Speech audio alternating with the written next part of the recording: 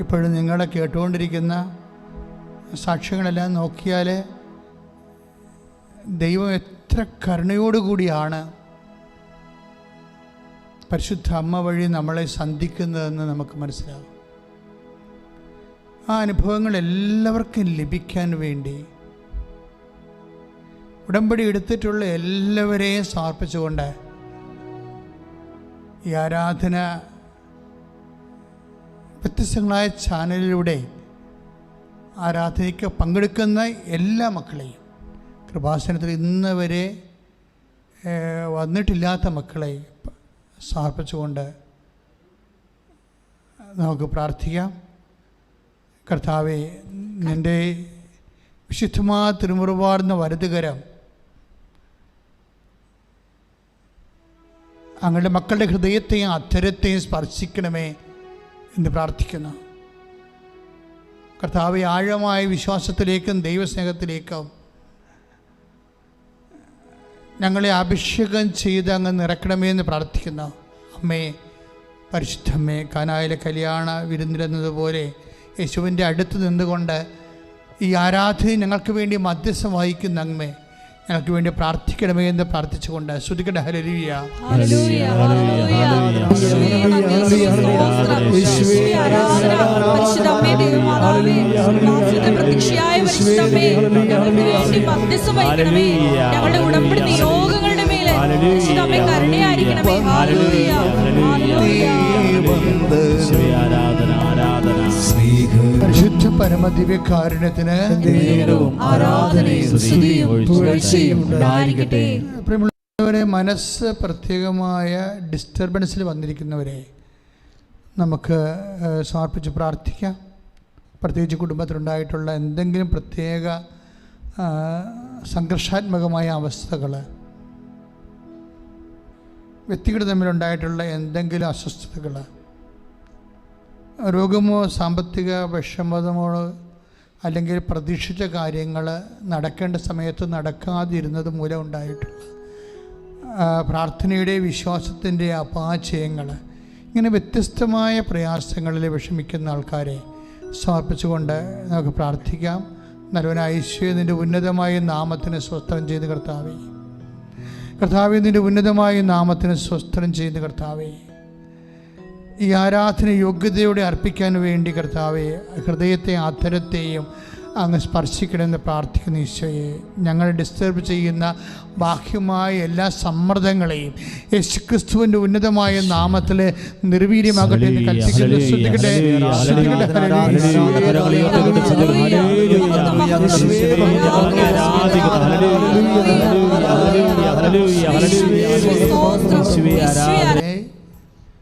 നമ്മുടെ ജീവിതത്തിലെ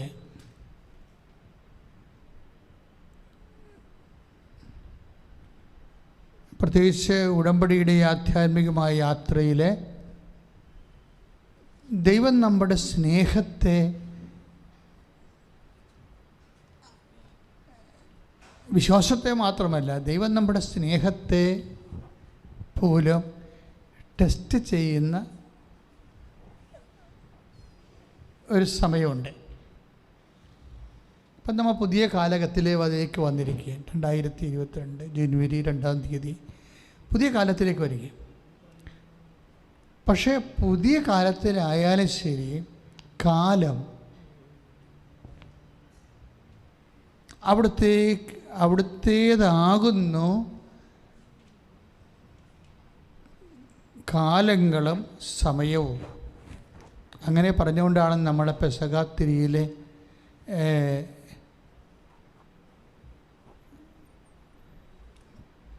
അടയാളപ്പെടുത്തുന്നത്. ഇപ്പം ക്രിസ്മസ് സീസൺ ആണെങ്കിൽ വിശ്വാസിയുടെ വിശ്വാസം പ്രഖ്യാപിക്കപ്പെടുന്ന ചില സാഹചര്യങ്ങളുണ്ട്. എന്താണ്? കാലവും പിന്നെന്താണ്? ദേശവും ദൈവത്തിന് ഏൽപ്പിക്കണം. സമയവും സാഹചര്യവും ദൈവത്തിന്, നിൻ്റെ ജീവിതത്തിൻ്റെ സമയത്തിൻ്റെ മേലും നിൻ്റെ ജീവിതത്തിൻ്റെ സാഹചര്യത്തിൻ്റെ മേലും ദൈവത്തിനാണോ പൂർണ്ണമായ അധികാരം? അഥവാ സാഹചര്യം മാറുമ്പോൾ നീ ഡിസ്റ്റർബ്ഡ് ആകുമോ? അപ്പോസ്തലികമായ ഏറ്റവും വലിയ ഒരു ക്വാളിറ്റിയാണ് അത്. എന്താണ്? സാഹചര്യം മാറിയാലും ഡിസ്റ്റർബ്ഡ് ആകത്തില്ല. അതിനെ പൗലോസ് അപ്പോസ്തലൻ പറയുന്നത് we must have A training. അതിന് നമ്മൾക്കൊരു ട്രെയിനിങ് വേണം. അതായത് ഇപ്പോൾ ഉദാഹരണത്തിന് ഫിലിപ്പി ലേഖനത്തിലെ 4-ാം അധ്യായം 11-ാമത്തെ വചനം, 11ഉം 12ഉം ഒക്കെ ഉണ്ട്. ഈ വചനവും പരിശുദ്ധ അമ്മയുടെ വ്യക്തിത്വവും നമ്മളെപ്പോഴും ഉടമ്പടി ചെയ്തിരിക്കുന്ന എല്ലാവരും, ഇത് ഉടമ്പടി ധ്യാനമായതുകൊണ്ട് പ്രത്യേകിച്ച് ഉടമ്പടിയെക്കുറിച്ചായിരിക്കും പറയണത്. അപ്പോൾ ഉടമ്പടി ചെയ്തിരിക്കുന്ന എല്ലാവരുടെയും മാതൃക എന്താ? ആരാണ്? പരിശുദ്ധ അമ്മയുടെ ആധ്യാത്മികതയാണ്. അമ്മ ആ സമയത്ത് എങ്ങനെയായിരുന്നു എന്നുള്ളതാണ് പരിശുദ്ധ അമ്മ. അപ്പോൾ അത് പൗലോസ് അപ്പോസ്തലൻ പറയണത് എനിക്ക് എന്തെങ്കിലും കുറവുള്ളത് കൊണ്ടല്ല ഞാനിത് പറയുന്നത്. കാരണം ഏത് സാഹചര്യത്തിലും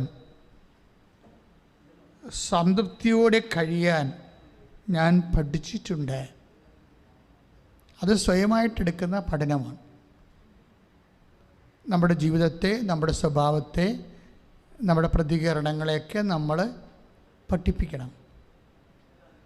ഈശോ അതിന് പറഞ്ഞത് ഈ പാഠപുസ്തകം ആരാണ്? നമ്മൾ പഠിക്കുന്ന പാഠപുസ്തകം ആരാണ്? അതായത് ഞാൻ ശാന്തശീലനും വിനീത ഹൃദയനുമാണ്, നിങ്ങൾ എന്നിൽ നിന്ന് പഠിക്കുവേൻ. അപ്പം ഈശോയാണ് പാഠപുസ്തകം. ഈശോ എപ്പോഴും നമുക്ക് പഠിച്ചിട്ടുണ്ടെന്ന് അപ്പോസ്തലൻ പറയുന്നുണ്ടെങ്കിൽ ഗമാലിയേലിൻ്റെ ശിക്ഷണത്തെ പഠിച്ച കാര്യമല്ലേ ഈ പറയണത്. കർത്താവിനെ പ്രാർത്ഥനയിലും ധ്യാനത്തിലും അടുത്തപ്പോൾ പൗലോസ് പഠിച്ച കാര്യമാണ്. കാര്യം എന്താണ്? നമ്മൾ വിശുദ്ധ മത്തായി ശ്ലീഹായുടെ സുവിശേഷത്തിലെ ഇപ്പോൾ 11:28 അധ്യായത്തിൽ 28-ാമത്തെ വാക്യത്തിൽ നമ്മൾ അധ്വാനിക്കുന്നവനും ഭാരം വഹിക്കുന്നവനും എൻ്റെ അടുക്ക് വരിക, ഞാൻ നിങ്ങളെ ആശ്വസിപ്പിക്കാമെന്ന് ഈശോ പറയും. അപ്പോൾ ഹൈപ്പർ ടെൻഷനുള്ളവർ, ഭാരം വഹിക്കുന്നവർ, ഭാരം ഹൃദയത്തിനാകാം, ഭാരം മനസ്സിനാകാം, ഇങ്ങനെയുള്ള ഭാരം വഹിക്കുന്നവർ എന്ത് ചെയ്യണമെന്നാണ് പറയണത്? അവർ എൻ്റെ അടുത്ത് വരണം. എന്നിട്ട് എന്ത് ചെയ്യണം? എന്നിൽ നിന്ന് പഠിക്കണം. അപ്പോൾ പാഠപുസ്തകം ആരാണ്? ഈശോയാണ്. അപ്പോൾ നമുക്ക് 2 ബൈബിളാണ് ഉള്ളത്. ഒന്ന് ഈശോയുടെ ജീവിതവും ഈശോയുടെ പ്രവർത്തനങ്ങളും ഉൾക്കൊള്ളുന്ന ദൈവരാജ്യത്തിൻ്റെ പുസ്തകം, വിശുദ്ധ ഗ്രന്ഥം. രണ്ടാമത്തത് ഈശോ തന്നെ ഒരു പാഠപുസ്തകമാണ്. ഇപ്പോൾ ഫിലിപ്പി ലേഖനം 4:11 പറയണത് എനിക്ക് എന്തെങ്കിലും കുറവുള്ളത് കൊണ്ടല്ല ഞാനിത് പറയുന്നത്. കാരണം ഏത് സാഹചര്യത്തിലും സംതൃപ്തിയോടെ കഴിയാൻ ഞാൻ പഠിച്ചിട്ടുണ്ട്. Praise the Lord. പൗലോസ് അപ്പോസ്തലൻ പഠിച്ച കാര്യങ്ങളാണ് പറയണത്. അപ്പോസ്തലനായതിനു ശേഷമുള്ള അദ്ദേഹത്തിൻ്റെ അനുഭവങ്ങളാണ് ഫിലിപ്പി ലേഖനത്തിൽ എഴുതിയിട്ടുള്ളത്. പഠനത്തിൻ്റെ പുസ്തകമാണ്. എനിക്കും നിങ്ങൾക്കും പൗലോസ് അപ്പോസ്തലനും എല്ലാം ഉള്ള ഒരു കോമൺ ടെസ്റ്റ് എന്താണ്? കോമൺ ടെസ്റ്റ് കർത്താവിൻ്റെ ജീവിതം തന്നെയാണ്. ഈശോ എന്താ പറഞ്ഞത്? സാഹചര്യം മാറാം, ജീവിതത്തിൻ്റെ സാഹചര്യങ്ങൾ മാറാം. അയ്യോ, നമ്മുടെ ജീവിതത്തിൽ എപ്പോഴാണ് സാഹചര്യങ്ങൾ മാറണമെന്ന് വെച്ച് കഴിഞ്ഞാൽ എനിക്ക് തോന്നുന്നത് ഒരു 5 കൊല്ലം കൂടുമ്പോൾ സാഹചര്യം മാറുമെന്നാണ് തോന്നുന്നത്. നമ്മുടെ ജീവിതത്തിൻ്റെ 5 കൊല്ലം കൂടുമ്പോൾ അല്ലെങ്കിൽ 3 കൊല്ലം കൂടുമ്പോൾ സാഹചര്യം മാറും. ചിലപ്പോൾ നമുക്കൊരു ട്രാൻസ്ഫർ കിട്ടി, വേറെ പുതിയ സ്ഥലത്ത് പോയി, സാഹചര്യം മാറി. നമ്മൾ അങ്ങോട്ട് പോയ സമയത്ത് വീട്ടിലെ സാഹചര്യവും മാറും.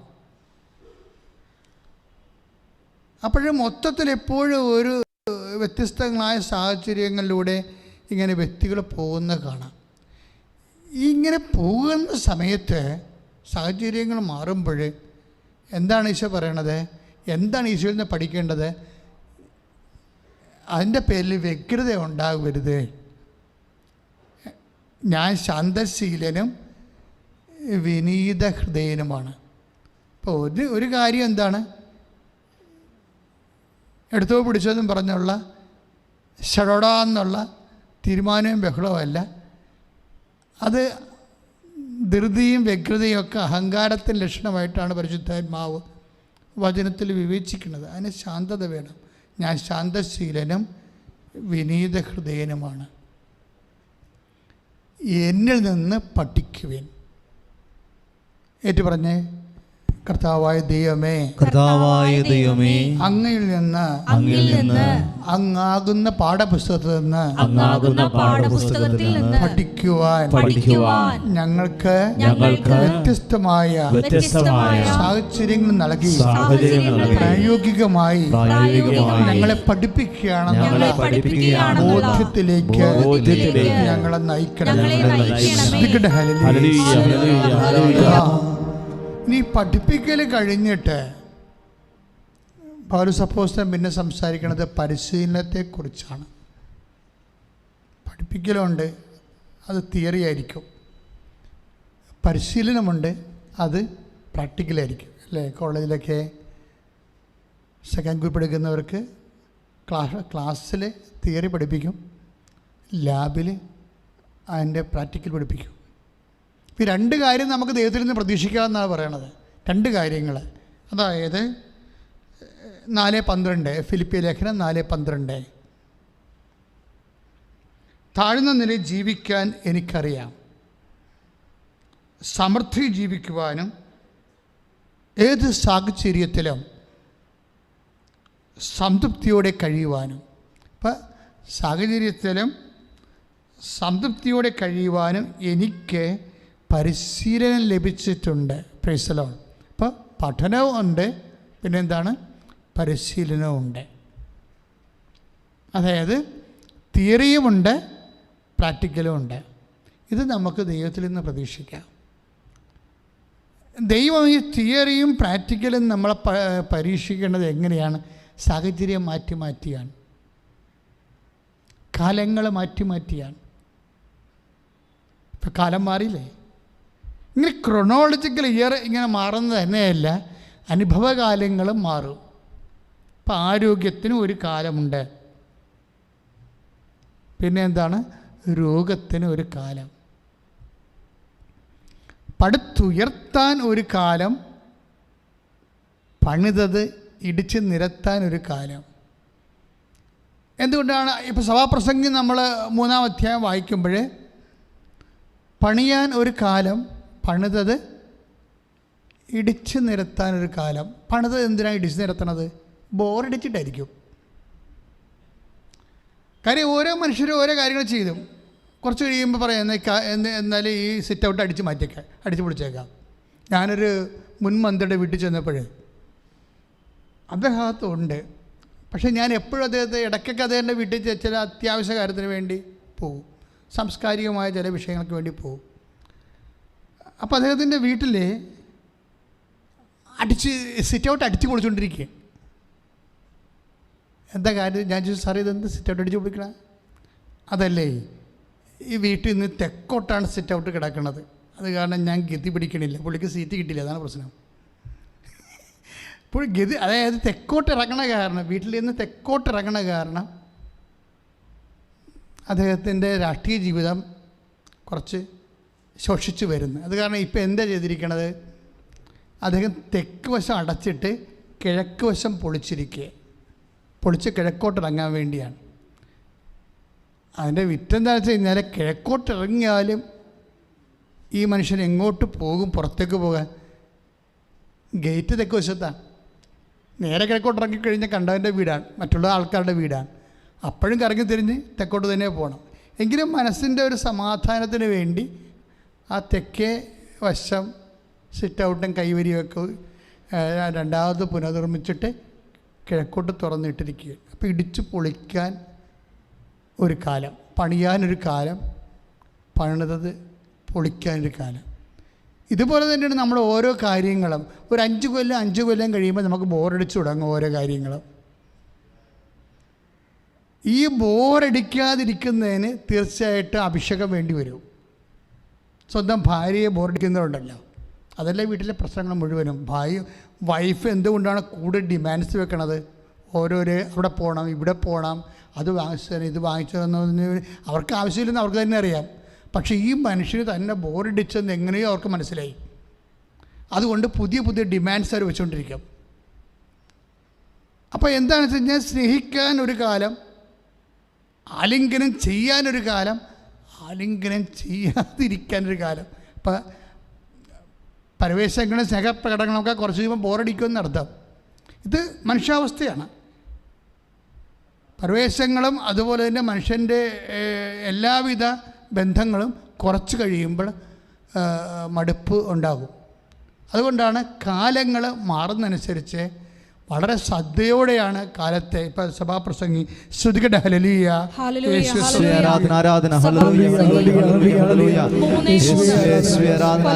ഒരു കാലം, സൗഖ്യമാക്കാൻ ഒരു കാലം, തകർക്കാൻ ഒരു കാലം, പണിതുയർത്താൻ ഒരു കാലം, കരയാൻ ഒരു കാലം, ചിരിക്കാൻ ഒരു കാലം, വിലപിക്കാൻ ഒരു കാലം, നൃത്തം ചെയ്യാൻ ഒരു കാലം, കല്ല് പെറുക്കിക്കളയാൻ ഒരു കാലം, കല്ല് പെറുക്കിക്കൂട്ടാൻ ഒരു കാലം, ആലിംഗനം ചെയ്യാൻ ഒരു കാലം, ആലിംഗനം ചെയ്യാതിരിക്കുവാൻ ഒരു കാലം. This is life. സഭാപ്രസംഗം എനിക്ക് എപ്പോഴും തോന്നിയിട്ടുള്ളത്, ഞാൻ ഈ ദിവസങ്ങളിലൊക്കെ 20 ദിവസത്തോളം നിരന്തര വചന വായനയായിരുന്നു. അതുപോലെ ജപമാല ചൊല്ലലും. എൻ്റെ ജീവിതത്തിൽ ഇതുപോലെ വചനം വായിച്ചിട്ടുള്ള ജപമാല ചൊല്ലിയുടെ ദിവസങ്ങളുണ്ടായിട്ടില്ല. രാവിലെ മുതൽ വൈകുന്നേരം 10 സമയം എനിക്ക് കിട്ടിയിരുന്നു. എപ്പോഴും ഞാൻ ചിന്തിച്ചുള്ളൊരു കാര്യം, എന്തെങ്കിലും നിനക്ക് പ്രയാസം വരുമ്പോൾ കർത്താവിൻ്റെ വചനം കഴിഞ്ഞാൽ പിന്നെ വായിക്കേണ്ട പുസ്തകം ഏതാണ്? സങ്കീർത്തനമല്ല, സഭാപ്രസംഗ. സഭാപ്രസംഗം സത്യം നിന്നോട് സംസാരിക്കും.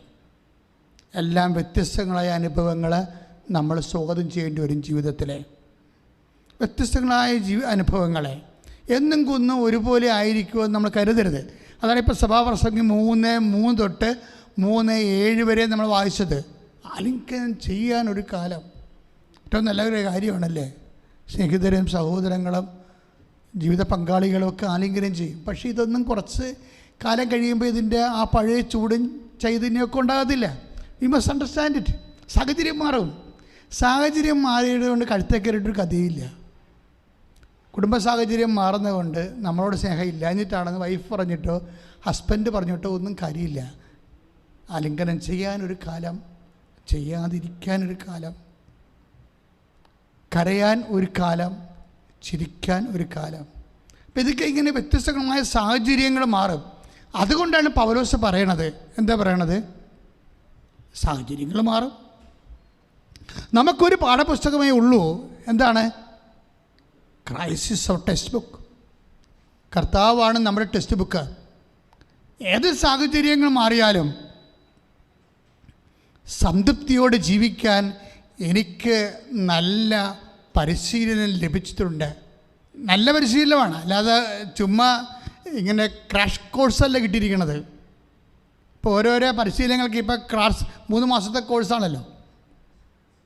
ഇപ്പോൾ ഫിലിസ്റ്റാർസൊക്കെ ഗുസ്തി പഠിക്കണമെങ്കിൽ 1 മാസം കൊണ്ട് ഗുസ്തി പഠിക്കാൻ പറ്റുമെന്ന് എല്ലാവർക്കും അറിയാം. അപ്പോൾ അവർക്ക് ആവശ്യമുള്ള സാധനങ്ങൾ മാത്രം പഠിച്ചെടുക്കുകയാണ് അവിടെ ചെയ്യണത്. അപ്പോൾ എന്ത് വെച്ച് കഴിഞ്ഞാൽ ഇതുപോലെ അല്ല, എനിക്ക് നല്ല പരിശീലനം ലഭിച്ചിട്ടുണ്ടെന്നാണ് പറയണത്. അതിൻ്റെ അർത്ഥം എന്താണ്? പല സമയത്ത് ജീവിത സാഹചര്യങ്ങൾ മാറി മാറി വന്നിട്ടുണ്ട്. ഇതിന് നിനക്ക് you must open to the Lord. ഈ വിഷയത്തിൽ ഞാൻ ദൈവസ്നേഹത്തെക്കുറിച്ചാണ് നിങ്ങളോട് ആദ്യം പറഞ്ഞത്. ദൈവസ്നേഹം ടെസ്റ്റിന് വിധേയമാണെന്ന് പറഞ്ഞു. എന്താ ടെസ്റ്റിന് വിധേയമാണെന്ന് പറയാൻ കാരണം, ദൈവം ഇങ്ങനെ അളന്നാണ് ഓരോരോ കാലവും മാറ്റി വെക്കുന്നത്. ആദ്യം മുതൽ ദൈവം ഇങ്ങനെ അളന്ന് നമ്മൾ ദൈവസ്നേഹത്തെ വളരുന്നതനുസരിച്ച് കൊണ്ട് സാഹചര്യം ഒന്ന് വ്യത്യസ്തമാക്കി തരും.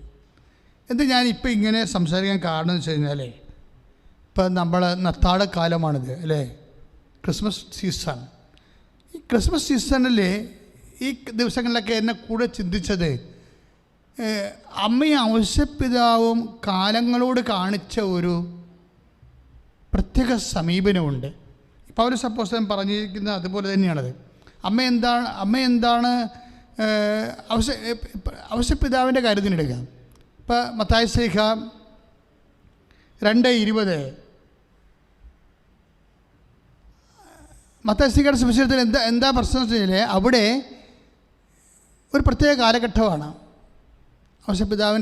ഔസേപ്പിതാവ് വിഷയത്തെ എങ്ങനെയാണ് കൈകാര്യം ചെയ്തതെന്നൊക്കെ മനസ്സിലാകും. എന്താണ് അത്? അർക്കലാവോസ് പഴയ ഹെറോദ് ദ ഗ്രേറ്റ്, നമ്മൾ ജോസഫീസ് ഫ്ലാവീസിൻ്റെ ചരിത്ര ഗ്രന്ഥങ്ങളിൽ എഴുതിയിരിക്കുന്ന ഹെറോദ് ദ ഗ്രേറ്റ്, അയാളാണ് യേശുവിൻ്റെ 2 വയസ്സിന് താഴെയുള്ള എല്ലാ കുഞ്ഞുങ്ങളെയും കൊല്ലാൻ വേണ്ടി കൽപ്പന പുറപ്പെടുവിക്കുന്നത് ഹെറോദ് ദ ഗ്രേറ്റാണ്. അയാളുടെ കാലത്താണ് ഔസേപ്പിതാവും അമ്മയും ഉണ്ണിയും കൂടി ഈജിപ്തിലോട്ട് പോണത്. ഒരു പ്രത്യേക സാഹചര്യമാണ്. 4 കാലം വീണ് ഓടണ കാലമാണ്. പ്രത്യേക കാലമാണ്. കാലം പെട്ടെന്ന് ചേഞ്ച് ചെയ്തു. അവരുടെ ജീവിതത്തിൽ കാലം ചേഞ്ച് ചെയ്തപ്പോൾ എന്ത് ചെയ്തു? ആ ചേഞ്ചിങ് അനുസരിച്ച് കൊണ്ടാണ് അവർ ചലിക്കണത്.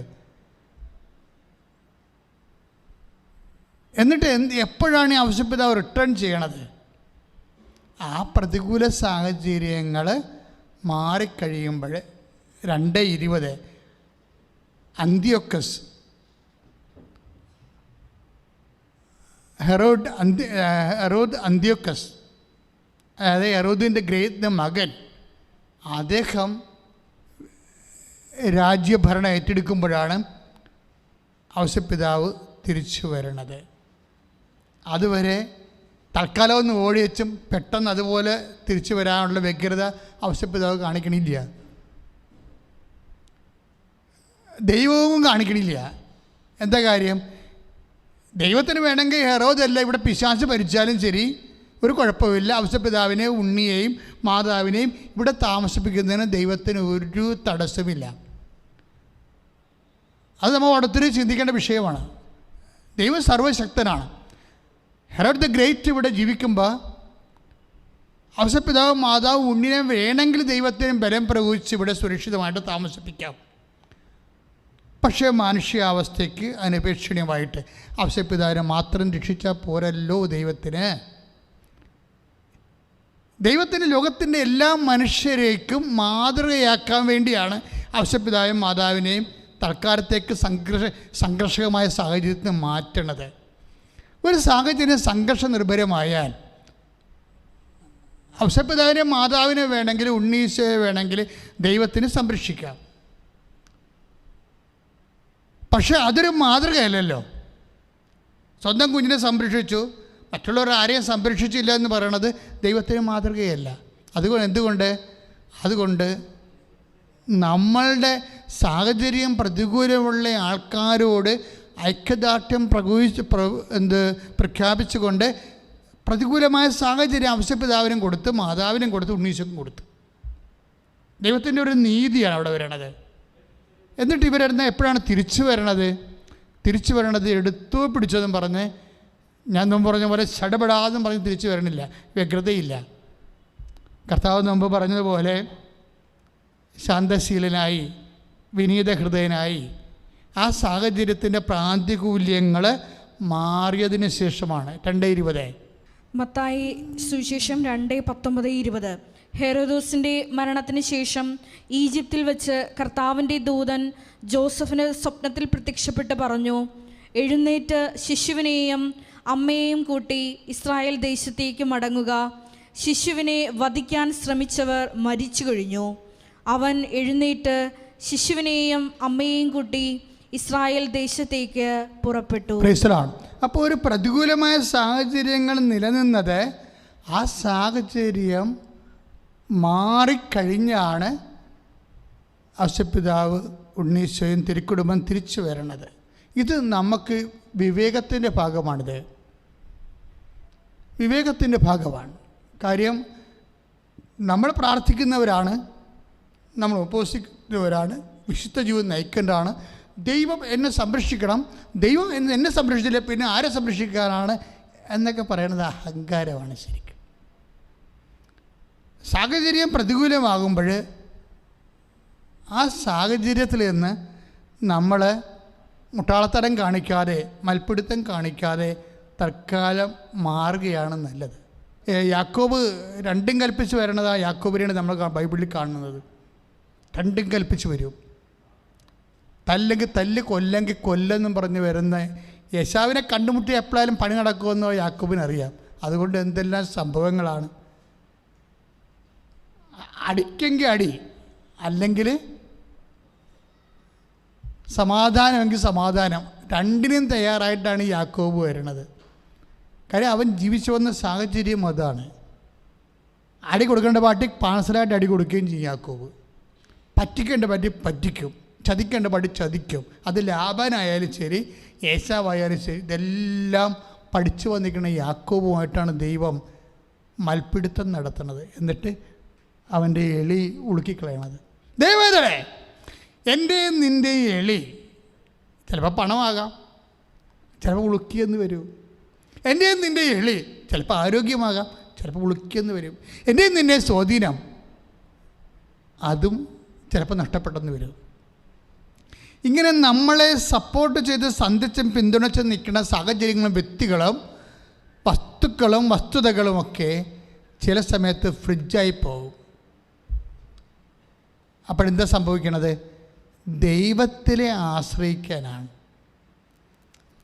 ഇത് പരിശീലനത്തിന്. അതാണ് ഫിലിപ്പിയർ പറയണത്, ഏത് സാഹചര്യത്തിലും സംതൃപ്തിയോടെ ജീവിക്കാൻ എനിക്ക് നല്ല പരിശീലനം ലഭിച്ചിട്ടുണ്ട്. പ്രാർത്ഥിക്കുക, കർത്താവായ ദൈവമേ, ദൈവത്തിന്റെ പൊതു മനസ്സനുസരിച്ച്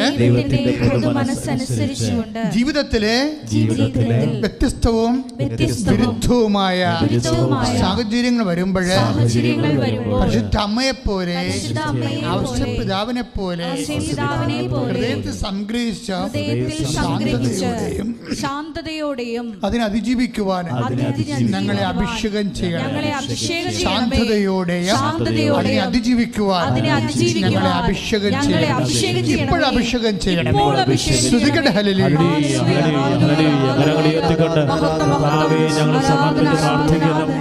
വിവേചനവും ക്രിസ്മസിലെ സീസണിൻ്റെ എല്ലാ വ്യക്തികളും, ഔഷധപിതാവിനെ കുറിച്ച് നമ്മൾ കണ്ടു, മാതാവ്, ഇനി അമ്മയും എന്താണ്, അമ്മയൊക്കെ കുറിച്ച ഫീഡിങ്സ് എന്തായിരുന്നു? ലൂക്കാസ് വിശേഷം 1:32 33 ആ വചനങ്ങളുണ്ട്. എന്താണ് അമ്മയ്ക്ക് നൽകിയിരുന്ന മംഗളവാർത്ത സമയത്ത് നൽകിയിരുന്ന ഒരാശയം എന്താണ്? അവൻ വലിയവനായിരിക്കുമെന്നാണ്. ചെറിയവനെക്കുറിച്ച് ചിന്തിക്കേണ്ട കാര്യം പോലും അമ്മയ്ക്കില്ല. അവൻ വലിയവനായിരിക്കും. പിന്നെ എന്താണ്? അത്യുന്നതന്റെ പുത്രൻ എന്ന് വിളിക്കപ്പെടും. അത്യുന്നതന്റെ പുത്രൻ എന്ന് വിളിക്കപ്പെടും. അവന്റെ പിതാവായ ദാവീദിന്റെ സിംഹാസനം ദൈവമായ കർത്താവ് അവന് കൊടുക്കും.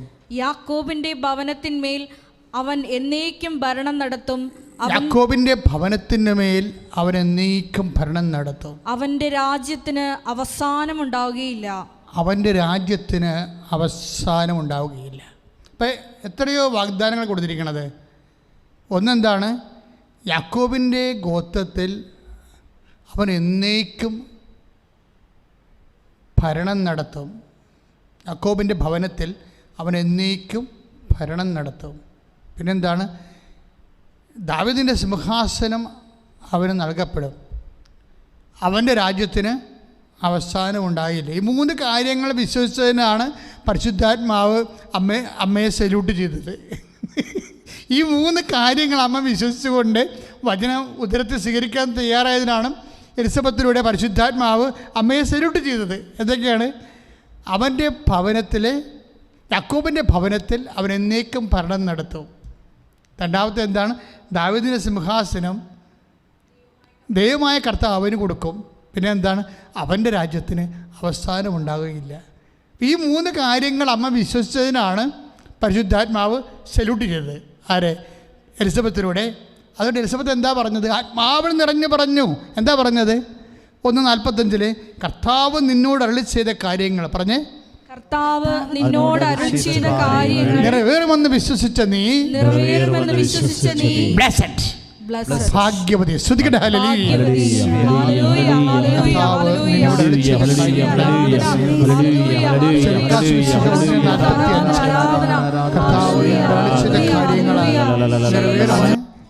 പരിശുദ്ധ അമ്മയെ പരിശുദ്ധാത്മാവ് എലിസബത്തിലൂടെ സല്യൂട്ട് ചെയ്യാണ്ടായ കാരണങ്ങൾ എന്താണ്? ഈ വചനത്തിലുള്ള അമ്മയുടെ വിശ്വാസമാണ്. സാഹചര്യങ്ങൾ ഇങ്ങനെ അമ്മയുടെ മുമ്പിൽ ഇങ്ങനെ മാറിക്കൊണ്ടിരിക്കുകയാണ്. എത്ര സാഹചര്യങ്ങൾ മാറിയാലും ഇവിടെ നിലപാടിനോ സമീപനത്തിനോ മാറ്റം ഉണ്ടാവുകയില്ല. എന്തുകൊണ്ടാണ് ഞാൻ ചില സമയത്ത് ഓർത്തത്? ഞാൻ നിങ്ങളോട് നേരത്തെ പറഞ്ഞിട്ടുണ്ട്. എന്താ പറഞ്ഞിരിക്കണത്?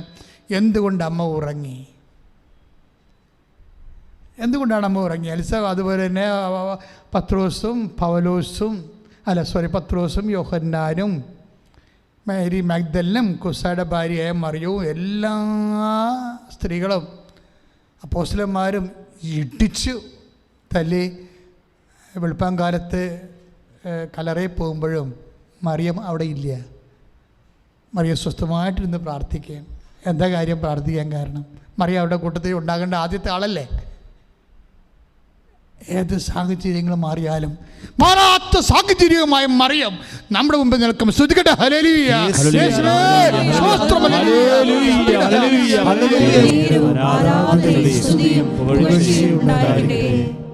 കാലാവസ്ഥ ഭേദമില്ലാത്ത മറിയത്തിൻ്റെ മനസ്സാണ് നമ്മുടെ മാതൃക. നമ്മളിപ്പോഴേ ചിന്തിച്ചുകൊണ്ടിരിക്കുന്ന ഏറ്റവും നമ്മളെ മനുഷ്യരാശിയെ ഒന്നടങ്കം മുൾമുനയെ നിർത്തുന്ന ഏറ്റവും വലിയ സന്ത്രാസത്തിൽ നിർത്തുന്ന വിഷയം എന്താണ്?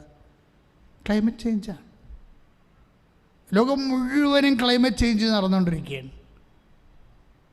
നമുക്ക് തന്നെ അച്ഛൻ പറഞ്ഞ പോലെ 20 ന്യൂനമർദ്ദങ്ങൾ നടന്ന് ഈ വർഷകാലം കഴിഞ്ഞതിന് ശേഷം അത്രയും വെള്ളപ്പൊക്കം ഉണ്ടായി, അത്രയും കാറ്റുകളുണ്ടായി, അത്രയും നാശനഷ്ടം ഉണ്ടായി, അത്രയും ഉരുൾപൊട്ടലുണ്ടായി.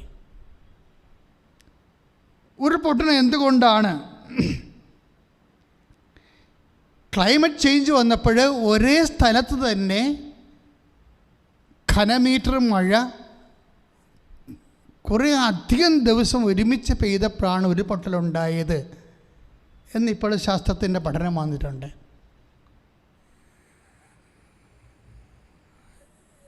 എത്രയോ കർഷകരെയാണ് നമ്മൾ ക്രൂശിച്ചത്. ഗാർഗിൾ റിപ്പോർട്ട് നടപ്പിലാക്കിയില്ല എന്നും പറഞ്ഞുകൊണ്ട്. നടപ്പിലാക്കാതെ ആരും ഇരുന്നില്ല. കർഷകരെ സംരക്ഷിച്ചുകൊണ്ടുള്ള അവിടെ ജീവിക്കുന്ന 50 ലക്ഷത്തോളം മനുഷ്യരുടെ ജീവിതത്തെ നിലനിർത്തിക്കൊണ്ട് എന്തും ചെയ്യാമെന്ന് പറഞ്ഞു. കാലാവസ്ഥ വ്യതിയാനങ്ങൾ വന്നു. അത് ചില ആൾക്കാർ അവരുടെ താല്പര്യങ്ങൾക്ക് വേണ്ടി എടുത്ത് പ്രയോഗിക്കുകയും അതിൻ്റെ പേരിൽ സഭയെ കരുതേക്കുകയും അതിൻ്റെ പേരിൽ പലതരത്തിലുള്ള മെച്ചങ്ങൾ ഉണ്ടാക്കുകയും ചെയ്തിട്ടുണ്ട്. ഞാൻ ആ വിഷയത്തിലേക്ക് വരുന്നില്ല.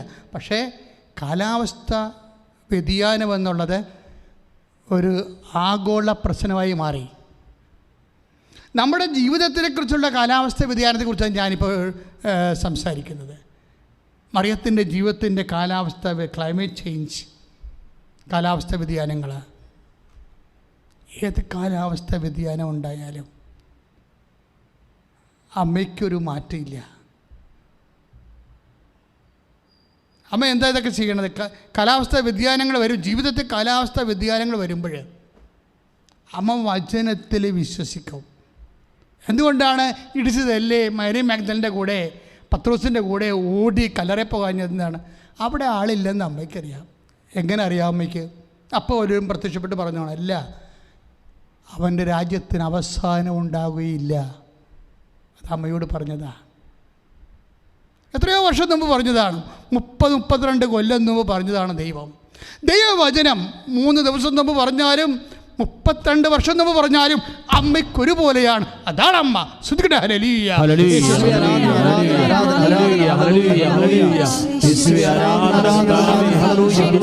നമ്മൾ നല്ല കാര്യങ്ങൾ എങ്ങനെ പ്രതീക്ഷിച്ചുകൊണ്ടിരിക്കും, പക്ഷേ മോശം കാര്യങ്ങൾ സംഭവിക്കും. ഇത് നല്ല കാര്യങ്ങൾ പ്രതീക്ഷിച്ചുകൊണ്ടിരിക്കും, പക്ഷേ മോശം കാര്യങ്ങൾ സംഭവിക്കും. ഇതാണ് സാഹചര്യ മാറ്റം എന്ന് പറയുന്നത്, ക്ലൈമറ്റ് ചേഞ്ച് എന്ന് പറയുന്നത്. നല്ല കാര്യങ്ങൾ എന്താണ് പ്രതീക്ഷിച്ചത്, അമ്മ നമ്മൾ നേരത്തെ കണ്ടതാണ്. അതായത് രാജകീയ ജന്മമാണ് ഈശോയുടെ എന്ന് അമ്മയോട് പറഞ്ഞതാണ്. പിതാവായ ദാവീദിൻ്റെ സിംഹാസനം അവിടത്തേക്ക് നൽകുമെന്ന്, അല്ലേ? അത് അമ്മ വിശ്വസിച്ചതാണ്. പക്ഷേ രാജകീയ ജന്മത്തിന് ഒരാടിൻ്റെ ജന്മമാണ്. ആടും പശുവൊക്കെ പ്രസവിക്കുന്നത് പോലെയാണ് പ്രസവിക്കാനാണ് അമ്മയോട് അവസാനം ആവശ്യപ്പെട്ട സമയത്ത്. അപ്പോൾ നോക്കിയേ, അനുഭവങ്ങൾ എന്താണ്, വചനം എന്താണ്? This is contradiction.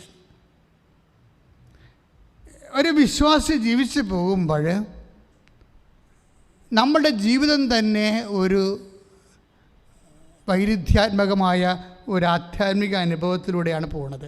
അതായത് നമ്മൾ വിശ്വസിക്കുന്നതിന് ഘടകവിരുദ്ധമായിട്ട്, നമ്മളോട് പറഞ്ഞതിന് വചനത്തിന് വിരുദ്ധമായി ചിലപ്പോൾ നമുക്ക് അനുഭവങ്ങളുണ്ടാവും. വചനവിരുദ്ധമായി നമ്മളുടെ അനുഭവം ഉണ്ടാകും. അപ്പോൾ എന്തുകൊണ്ടാണ് നമ്മൾ ദൈവത്തോട് ബാർഗെയിൻ ചെയ്യാൻ പോകും? ഞാൻ വചനം വിശ്വസിച്ചല്ലേ ജീവിച്ചത്, ഞാൻ ബുധനാഴ്ച ഉപവസിച്ചല്ലേ ജീവിച്ചത്, ഞാൻ കുടുംബപ്രാർത്ഥന ചൊല്ലിയല്ലേ ജീവിച്ചത്, ഞാൻ വിശുദ്ധമായിട്ടല്ലേ ജീവിച്ചത്, എന്നിട്ട് എനിക്ക് എന്തുകൊണ്ടാണ്? അങ്ങനെയല്ല. രണ്ടാമത്തെ ചോദ്യം കൂടിയുണ്ട്. ഇതൊന്നുമില്ലാതെ ജീവിക്കുന്നവർക്ക് അവർക്ക് ഇതിനേക്കാൾ മെച്ചമായിട്ടുള്ള സിറ്റുവേഷൻസ് ഉണ്ടല്ലോ, അതെന്തുകൊണ്ടാണ്? അപ്പോൾ ഇങ്ങനെ നമ്മൾ ദൈവത്തോട് തർക്കിക്കാം. രക്ഷകരെ സ്വീകരിക്കുക എന്ന് വെച്ചാൽ എന്താണ് അർത്ഥം? ഇപ്പോൾ 53:12 ഐസയ, അവൻ പാപികളുടെ കൂടെ എണ്ണപ്പെട്ടു. ക്രിസ്തു എവിടെയല്ല അവൻ എണ്ണപ്പെടുന്നത്? ഐസയ 53:12 എന്താണ്? അവൻ പാപികളുടെ കൂടെ എണ്ണപ്പെട്ടു. നിസ്സാര വചനമല്ലത്. ഒരു പാപിക്ക് ഈ ജീവിതത്തിൽ എന്തെല്ലാം അരിഷ്ടതകളും കഷ്ടതകളും വേദപുസ്തകം പറഞ്ഞിട്ടുണ്ട്, അതെല്ലാം സ്വീകരിക്കാൻ ഈശോ ബാധ്യസ്ഥനാണ്. കാര്യം എന്താണ്? പാപികളെ രക്ഷിക്കാൻ വേണ്ടി അവൻ പാപികളുടെ കൂടെ എണ്ണപ്പെട്ടു. പാപത്തിൻ്റെ വേദനം മരണമാണ്. എന്തുകൊണ്ട് ഈശോ മരണം കൈവരിച്ചു? അവൻ പാപികളുടെ കൂടെ എണ്ണപ്പെട്ടതുകൊണ്ട്. യേശയ്യ 53:12 എന്തെന്നാൽ അവൻ തൻ്റെ ജീവനെ മരണത്തിന് ഏൽപ്പിച്ചു കൊടുക്കുകയും പാപികളോട് കൂടെ എണ്ണപ്പെടുകയും ചെയ്തു. Praise the Lord. അപ്പം നിസ്സാര കാര്യമല്ലത്. പാപികളുടെ കൂടെ എണ്ണപ്പെടുക എന്ന് വെച്ച് കഴിഞ്ഞാൽ ഒരു പാപിക്ക് ഈ ജീവിതത്തിലെ സ്വാഭാവികമായി ഉണ്ടാകുന്ന ദുഃഖാരിഷ്ടതകളും, നമുക്കറിയാമല്ലോ, എല്ലാ പാപങ്ങളുടെയും അവസ്ഥ എന്താണ്? ഇന്ന് സുഖിപ്പിക്കുന്ന എല്ലാ പാപങ്ങളും നാളെ ദുഃഖിപ്പിക്കും. പ്രത്യേകിച്ച് മെച്ചമൊന്നും അലിയുന്നില്ല. എന്ത് മെച്ചമുണ്ടത്? ബുദ്ധിയും ബോധമുള്ളതെന്ന് ചിന്തിച്ച് നോക്കിയേ. എന്തിൽ നിന്ന് എന്ത് മെച്ചമുണ്ടായി? എന്തിൽ നിന്ന് എന്ത് മെച്ചമുണ്ടായി? ഒരു മെച്ചം ഉണ്ടായില്ല. 85 കോടിക്ക് ക്രിസ്മസിന് കുടിച്ചു എന്ന് പറഞ്ഞു. കുടിക്കട്ടെ. അതായത് ഇത് കഴിയുമ്പോൾ, കുറച്ച് കഴിയുമ്പോൾ ഇതിൻ്റെ ജന്യമായ കുറേ രോഗങ്ങൾ കുടിക്കണ ചിലപ്പോൾ 5 മിനിറ്റ് കൊണ്ട് ആ ഒരു കിക്ക് പോയെന്ന് വരും, 1 മണിക്കൂർ കൊണ്ട്. പക്ഷേ രോഗങ്ങൾ വന്നാൽ ഒരു കൊല്ലം കൊണ്ടും മാറത്തില്ല. അപ്പോൾ പിന്നെ എന്താ ലാഭം? ഇതിൻ്റെ അകത്ത് ഒന്നും ലാഭമില്ല. ഇതിലൊന്നും ലാഭമില്ല. ഇതിനകത്ത് ഇൻവെസ്റ്റ് ചെയ്യരുതെന്നാണ് വചനം പറയണത്. അല്ലാതെ നമ്മളെന്തിൽ നിന്നും വിലക്കുകയില്ലേ. ഇതിൽ ഇൻവെസ്റ്റ് ചെയ്താൽ നാളെ നിനക്ക് പണി കിട്ടും, അതുകൊണ്ട് വേണ്ട പരിപാടിക്ക് പോകരുത് എന്ന് നമുക്കൊരു താക്കി നൽകണത് ദൈവസ്നേഹം തന്നെയാണ്. അച്ഛൻ പറഞ്ഞു വരണത്, ദൈവവചനം ചില സമയത്ത് നമ്മുടെ ജീവിതത്തിൽ വിരുദ്ധമായിട്ട്, ദൈവവചനത്തെ വിരുദ്ധമായിട്ട് ജീവിതത്തിൽ സംഭവിക്കും. അപ്പോൾ ചില ആൾക്കാർ ചിന്തിക്കും, ഞാൻ ഇത്രയും പ്രാർത്ഥിച്ചല്ലോ, എന്നിട്ട് എന്തുകൊണ്ടാണ് എനിക്കിങ്ങനെ സംഭവിച്ചതെന്ന് നമ്മൾ ദൈവത്തോട് തർക്കിക്കും. പക്ഷേ ഈശോ പാപികളോട് എണ്ണപ്പെട്ടപ്പോഴേ ഒരു കാര്യം കൂടി അവിടെ ഉണ്ട്. എന്താണ്? അവൻ തർക്കിക്കുകയോ ബഹളം വെക്കുകയോ ഇല്ല. Praise the Lord. ഇപ്പം നമ്മൾ ഐസയ 53:7 വായിക്കുന്നത്, അവൻ മർദ്ദിക്കപ്പെടുകയും പീഡിപ്പിക്കപ്പെടുകയും ചെയ്തു. അവൻ മർദ്ദിക്കപ്പെടുകയും പീഡിപ്പിക്കപ്പെടുകയും ചെയ്തു. എങ്കിലും അവൻ ഉരിയാടിയില്ല. എങ്കിലും അവൻ ഉരിയാടിയില്ല. Praise the Lord. ചില കാര്യങ്ങൾക്ക് മറുപടി ഉരിയാടാതിരിക്കുന്നതാണ്. അല്ല, നമ്മൾ അവിടെ വെച്ച് ദൈവം എന്നോട് ഇങ്ങനെ ചെയ്തല്ലോ എന്ന് ചോദിച്ചാൽ തീർന്ന്. നീ ഇങ്ങനെ ഏണിയും പാമ്പും കളിച്ച് 98 കൊണ്ട് വെച്ചിരിക്കുകയാണ്. ഏണിയും പാമ്പും കളിച്ച് അവിടെ വെച്ചാണ് നീ ദൈവത്തോട് ഒരു തർക്കം നടത്തിയത്. തീർന്ന് നിൻ്റെ പരിപാടി. നേരെ പാമ്പ് വിഴുങ്ങിക്കൊണ്ട്, തർക്കത്തിൻ്റെ പാമ്പ് നിന്നെ വിഴുങ്ങിക്കൊണ്ട് വന്ന് 2 വെക്കും. തീർന്ന്. ആ കളി നിൻ്റെ എതിരാളി ജയിച്ചു. എതിരാളി എപ്പോഴും നിങ്ങൾക്ക് പ്രതീക്ഷിക്കുക. എതിരാളിയെ യാക്കോബിന് ഇരുട്ടത്ത് പ്രത്യക്ഷപ്പെട്ട എതിരാളിയെ യാക്കോബ് കണ്ടിട്ടില്ല. അട്ടിക്കിട്ടിക്കഴിഞ്ഞപ്പോഴാണ് അവൻ കയറി വട്ടം പിടിച്ചിട്ട് പറഞ്ഞു, I know who you are, എന്നെ ബ്ലസ് ചെയ്യാതെ പോകരുതെന്ന് പറയും. അവസാനമേ ദൈവമാണെന്ന് മനസ്സിലാകത്തുള്ളൂ. നമ്മൾ അടി നടത്തിക്കൊണ്ടിരിക്കുന്ന സമയത്ത് നമ്മൾ തർക്കവും ബഹളവും മൽപ്പിടുത്തമൊക്കെ നടക്കുന്ന സമയത്ത് അതാരാണെന്ന് അറിയത്തില്ല. നമുക്ക് അവസാനമാണ് അറിയത്തുള്ളത്. ഇതാദ്യമേ അറിയണം. അതിനാണ് പരിശുദ്ധാത്മാവിനെ വേണമെന്ന് പറയുന്നത്. മറിയം ആദ്യമേ അറിഞ്ഞ ആളാണ്. തന്നോട് മൽപ്പിടുത്തം നടത്തുന്ന ആൾ ആരാണെന്ന് അമ്മ ആദ്യമേ അറിഞ്ഞിട്ട് അമ്മ ഒരു കാര്യം ചെയ്തു. എന്താണ്? തർക്കിക്കാൻ പോയില്ല, ബഹളം ഉണ്ടാക്കാൻ പോയില്ല. യാക്കോബിൻ്റെ ഗോത്രത്തിൽ അവൻ അവൻ വലിയവനായിരിക്കും എന്നൊക്കെ പറഞ്ഞത്, ദാവീദിന് സിംഹാസനം അവൻ നൽകപ്പെടുമെന്ന് പറഞ്ഞതും, പക്ഷെ അനുഭവത്തിൽ വന്നിരിക്കുന്നത് എന്നിവിടെയാണ്, കാലിത്തൊഴുത്തിലാണ്. പെറ്റതറിയാൻ വന്നത് ആരാണ്? ഇടയന്മാരാണ്. ഇപ്പം വചനം 1 അല്ലെങ്കിൽ വചനത്തിലൂടെ നൽകുന്ന ഹോപ്പ്, അതായത് വചനത്തിലൂടെ നമുക്ക് നൽകുന്ന പ്രത്യാശ 1. പക്ഷേ ഇതൊന്നും ജീവിതത്തിൽ സംഭവിക്കണില്ല. ജീവിതത്തിൽ ഘടകവിരുദ്ധമായിട്ട് പ്രകൃതം പിടിച്ച് മനുഷ്യർ ഇട്ടത്ത് വന്ന് മനുഷ്യനെ പേടിപ്പിക്കുമെന്ന്. ഇത്രയേ ഉള്ളൂ. ഞാൻ തന്നെ ഓർക്കിയിരുന്നേ, മിക്കവാറും ഔസേപ്പിതാവ് ഉണ്ണി എല്ലാ അമ്മയുണ്ട്. ഈ ഇരുട്ടത്ത് കൂടി ഈ പ്രാകൃതം പിടിച്ച മനുഷ്യർ ഇവർ സത്യമായിട്ട് പേടിച്ച് കാണാം. നമുക്ക് പേടിപ്പിക്കലാണ് വരണത്. നമ്മുടെ ജീവിതാനുഭവത്തിൽ അവൻ മഹാനായിരിക്കും എന്നൊക്കെ പറഞ്ഞെങ്കിലും അനുഭവത്തിൽ നമുക്ക് പ്രാകൃത മനുഷ്യരുടെ പേടിപ്പിക്കലാണ് കാണുന്നത്. പക്ഷേ ആട്ടിടയന്മാർ പോയി കഴിഞ്ഞപ്പോഴേ അമ്മ ആ വിഷയത്തിൽ തർക്കിക്കാൻ പോയില്ല.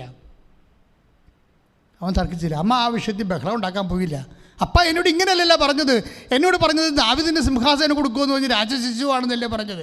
എന്നിട്ട് ഈ പ്രാകൃത മനുഷ്യരെ രാത്രി വന്ന് എന്നെ പേടിപ്പിക്കണമല്ലോ ചെയ്തതെന്ന് ചോദിക്കും. അമ്മ തർക്കിക്കാൻ പോയില്ല. അമ്മ എന്ത് ചെയ്തു? ഹൃദയത്തിൽ സംഗ്രഹിച്ചു. അവൻ പാപികളുടെ കൂടെ എണ്ണപ്പെട്ടു എന്ന് പറയുമ്പോൾ യേശുവിൻ്റെ കൂടെ ആദ്യം എണ്ണപ്പെട്ടത് പരിശുദ്ധ അമ്മയാണ്. എങ്ങനെയാണ്? തർക്കിക്കാതെ, ബഹളമുണ്ടാക്കാതെ, ജീവിതവിരുദ്ധമായ പ്രത്യാശയ്ക്കും അതുപോലെ തന്നെ വാഗ്ദാനങ്ങൾക്കും വിരുദ്ധമായിട്ടുള്ള ജീവിതാനുഭവങ്ങൾ ഉണ്ടാകുമ്പോൾ 2:19 പറഞ്ഞു, അവളെ ഹൃദയത്തിൽ സംഗ്രഹിച്ചു. പ്രാർത്ഥിക്കുക, അമ്മേ പരിശുദ്ധമ്മേ, ജീവിതത്തിൽ ഇതുപോലെ അനുഭവങ്ങളുടെ കാലാവസ്ഥ വ്യതിയാനങ്ങൾ ഉണ്ടാകുമ്പോൾ കർത്താവിനെ പോലെ പാപികളോട് എണ്ണപ്പെട്ട ഈശോയെ പോലെ തർക്കിക്കാതെ ബഹളം വെക്കാതിരുന്ന ഈശോയെ പോലെ ഹൃദയത്തിലെ സംഗ്രഹിക്കാനുള്ള പരിശുദ്ധാത്മാവിന്റെ കൃപയാൽ എന്നെ അഭിഷേകം ചെയ്യണമേ.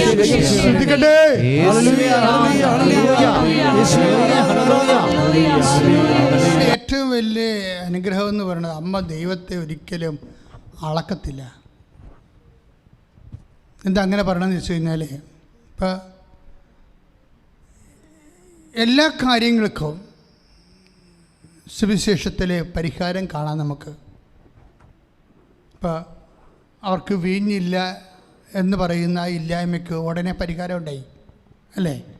അവർക്ക് വീഞ്ഞില്ല എന്ന് പറഞ്ഞ വിഷയത്തിന് ഉടനെ പരിഹാരം ഉണ്ടായി. അമ്മ അവിടെ ഉണ്ടായത് കാരണം ഇപ്പോൾ യോഹന്നാൻ 2:3 അവർക്ക് വീഞ്ഞില്ല എന്ന് പറയുമ്പോൾ, യോഹന്നാൻ 2:3 അവർക്ക് വീഞ്ഞ് ഇല്ല എന്ന് പറയുമ്പോൾ അതിന് പരിഹാരം ഉണ്ടായി. അപ്പോൾ ആ വിഷയത്തിൽ പരിഹാരം ഉണ്ടായി. ഇപ്പം അപ്പോസ്തലന്മാർ തന്നെ ഈശോയുടെ തിരുസന്നിധിയിൽ മക്കളെ മീൻ വല്ലതും ഉണ്ടോ എന്ന് ചോദിക്കുമ്പോൾ, രാത്രി മുഴുവനും ഞങ്ങൾ പണിപ്പെട്ടിട്ട് ഞങ്ങൾക്കൊന്നും ലഭിച്ചില്ല എന്ന് പറയുമ്പോൾ ആ ഇല്ലായ്മയ്ക്കും പരിഹാരം ഉണ്ടായി. വിശുദ്ധ ലൂക്കാസ് സുവിശേഷം 5:5. അപ്പം വിശുദ്ധ യോഹന്നാന്റെ സുവിശേഷം 2:3 വീഞ്ഞില്ല എന്ന് പറയുമ്പോൾ അതിന് ഉടനടി പരിഹാരം ഉണ്ടായി അല്ലേ?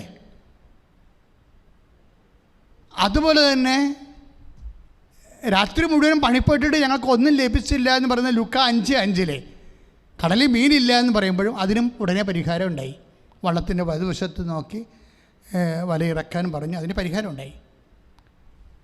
പക്ഷേ ഒരു വിഷയത്തിന് പരിഹാരം ഉണ്ടായില്ല. അത് ഏത് വിഷയമാണ്? സത്രത്തിൽ അവർക്ക് സ്ഥലം ലഭിച്ചില്ല, അതിന് പരിഹാരമില്ല. ഇപ്പോൾ നമ്മൾ ലൂക്ക 2:7 എന്താ ഇതിരിക്കണത്? സത്രത്തിൽ അവർക്ക് സ്ഥലം ലഭിച്ചില്ല. അവർക്ക് വീഞ്ഞില്ല എന്ന് പറയുമ്പോൾ അതിന് പരിഹാരം ഉണ്ടായി. അവർക്ക് മത്സ്യമില്ല എന്ന് പറയുമ്പോൾ അതിന് പരിഹാരം ഉണ്ടായി. പക്ഷേ സത്രത്തിൽ സ്ഥലം ലഭിച്ചില്ല എന്ന് പറയില്ലായ്മയ്ക്ക് പരിഹാരമില്ല. അതനുഭവിച്ചേ പറ്റത്തുള്ളൂ. അത് ദൈവത്തിൻ്റെ തിരുമനസ്സാണ്. സത്രത്തിൽ സ്ഥലം ലഭിച്ചില്ല. അപ്പോഴേ ദൈവവേദനെ നിൻ്റെ ജീവിതത്തിൻ്റെ ചില കാര്യങ്ങൾക്ക് ഉടനടി പരിഹാരം ഉണ്ടാവും. ചില കാര്യങ്ങൾക്ക് കാലാന്തരത്തിൽ നീ അത് തിരിച്ചറിയും, അതെന്തിനു വേണ്ടിയായിരുന്നു എന്നുള്ളത്. അത് ദൈവഹിതത്തിൻ്റെ, ദൈവപരിപാലനയുടെ, നിൻ്റെ കൃപ ആർജനത്തിൻ്റെ ഭാഗമായി ദൈവത്തിന് ഒഴിവാക്കാൻ പറ്റാത്ത ചില വിഷയങ്ങൾ ജീവിതത്തിലുണ്ടാകും. ചില കാര്യങ്ങൾ ഒഴിവാക്കാൻ പറ്റാത്തത് വിഷയങ്ങളുണ്ടാവും. ചില കാര്യങ്ങൾക്ക് പ്രാർത്ഥനയ്ക്ക് ഉത്തരം കിട്ടാത്ത വിഷയങ്ങളുണ്ടാവും. ഞാൻ പണ്ട് നിങ്ങളോട് പറയുമായിരുന്നു, ഒരു മനുഷ്യനും ദൈവവും തമ്മിലുള്ള ബന്ധമെന്താണ്? അവൻ പ്രാർത്ഥിച്ചിട്ട് കിട്ടാത്ത വിഷയങ്ങളിൽ കൈവരിക്കുന്ന നിലപാടുകളെ അടിസ്ഥാനപ്പെടുത്തിയാണ്. ഇപ്പം എല്ലാ വിഷയവും പ്രാർത്ഥിച്ച് കിട്ടണമെന്ന് നിർബന്ധമില്ലല്ലോ. വീഞ്ഞില്ലെങ്കിൽ വീഞ്ഞ് വെള്ളത്തെ വരെ ദൈവം വീഞ്ഞാക്കിയെടുക്കും. മത്സ്യങ്ങളില്ലെങ്കിൽ ആ വെള്ളത്തിൽ നിന്ന് ദൈവം മത്സ്യങ്ങൾ ഉണ്ടാക്കിയെടുക്കും. രണ്ടും വെള്ളമാണ്. പക്ഷേ സത്യത്തിൽ സ്ഥലം ലഭിച്ചില്ല, അതിന് പരിഹാരമില്ല. പരിഹാരം ഇല്ല എന്ന് ചോദിച്ചു കഴിഞ്ഞാൽ നമ്മൾ ദൈവികമായ മനസ്സോടുകൂടി വിഷയങ്ങളെ കാണണം. ഇപ്പം യേശു രാജാവായിരിക്കുമെന്ന് പറഞ്ഞു, പക്ഷേ ഇടയന്മാരാണ് കാണാൻ വന്നത്. അപ്പം വചനവും ജീവിതവും തമ്മിൽ പൊരുത്തപ്പെടുന്നില്ല. ഈ പൊരുത്തപ്പെടൽ ഇല്ലായ്മയാണ് മറിയം ഹൃദയത്തെ സംഗ്രഹിച്ചിട്ട് അതേക്കുറിച്ച് ചിന്തിക്കുന്നത്. പക്ഷേ ദൈവത്തിൻ്റെ വാക്ക് മറിയം അപ്പോഴും വിശ്വസിക്കും. ഇടയന്മാരാണ് വന്നതെങ്കിലും ദൈവത്തിൻ്റെ വചനം എപ്പോഴെങ്കിലും നിറവേറുമെന്ന് മറിയം വിശ്വസിക്കും. ഇപ്പം നമ്മൾക്ക് വരുന്ന ഒരു വിഷയം എന്താണെന്ന് വെച്ച് കഴിഞ്ഞാൽ, നമ്മുടെ ചിന്തയ്ക്ക് അനുഭവത്തിന് ഘടകവിരുദ്ധമായി എന്തെങ്കിലും സംഭവിച്ചാൽ, സംഭവിച്ചത് ഇങ്ങനെയാണല്ല, ഇനിയിപ്പം ഞാൻ എന്തിനാ ചെയ്യാനാണ് എന്ന് വിചാരിച്ചുകൊണ്ട് ദൈവത്തിൻ്റെ വചനത്തിൽ നിന്ന് പതുക്കെ നമ്മൾ സ്കൂട്ടാവും. അതാണ് വിഷയം. അപ്പം ഇപ്പം മറിയം അങ്ങനെ ചെയ്യത്തില്ല. അപ്പം ഇടയന്മാരാണ് വന്നത്, ദാറ്റ്സ് ഓക്കെ. ഇപ്പം ഇടയന്മാർ വന്നു. പക്ഷെ അപ്പോഴും മറിയം എന്ത് ചെയ്യും? എലിസബത്ത് പറഞ്ഞ പോലെയാണ്, കർത്താവ് നിന്നോട് അരുളിച്ചെയ്ത കാര്യങ്ങൾ എന്താണ്? ദാവീദിൻ്റെ സിംഹാസനം തരുമെന്നല്ലേ? അത് സംഭവിക്കും. അതിന്നല്ലെങ്കിൽ നാളെ സംഭവിക്കും. അവൻ രാജശിശു തന്നെയാണ് എന്ന് പറഞ്ഞുകൊണ്ടാണ് 10-13 ദിവസം കഴിയുമ്പോൾ മാഗിസ് വരണത്, അല്ലേ? പൂജരാജക്കന്മാർ വരണത്. അപ്പോൾ അവർ തൊഴുത്തൊന്നുമില്ല, ശത്രുവുമില്ല. ആ സിറ്റുവേഷനിൽ നിന്ന് മാറി. ഏതായാലും ഭയങ്കര ഗതികെട്ട ഒരു സിറ്റുവേഷനിലായിരുന്നു. അപ്പോൾ രാജാക്കന്മാർ വന്നിട്ട് ഇതുപോലെ പൊന്നും മേറയും കുന്തിരിക്കോ ഉണ്ണിക്ക് കാഴ്ച വെക്കുമ്പോൾ അമ്മയോട് പറഞ്ഞ കാര്യങ്ങൾ അപ്പം നിറവേറും. എലിസബത്ത് പറഞ്ഞില്ലേ, കർത്താവ് നിന്നോട് അരുളിച്ചെയ്ത കാര്യങ്ങൾ നിറവേറുമെന്ന് വിശ്വസിച്ചു. ഈ നിറവേറുമെന്ന് വിശ്വസിക്കുമ്പോൾ നമുക്കുണ്ടാകുന്നൊരു പ്രശ്നം, നമുക്ക് ആദ്യമേ നമ്മളതങ്ങോട്ട് നിറവേറുമെന്ന് വിശ്വസിക്കും.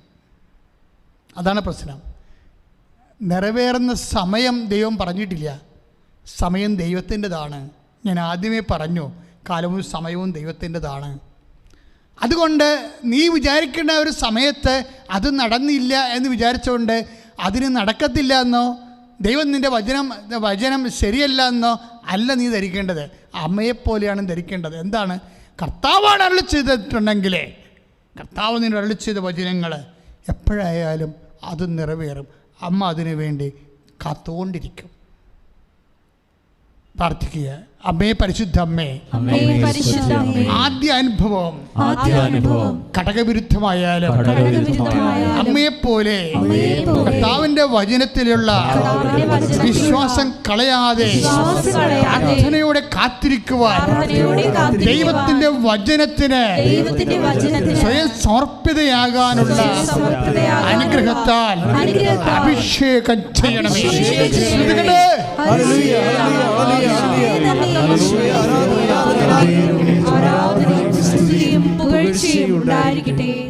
അമ്മയ്ക്ക് ചോദ്യങ്ങളില്ലായിരുന്നെന്നല്ല, തീർച്ചയായിട്ടും ചോദ്യങ്ങളുണ്ടായി. പക്ഷെ ഫണ്ടമെൻ്റൽ ക്വസ്റ്റ്യനാണ്.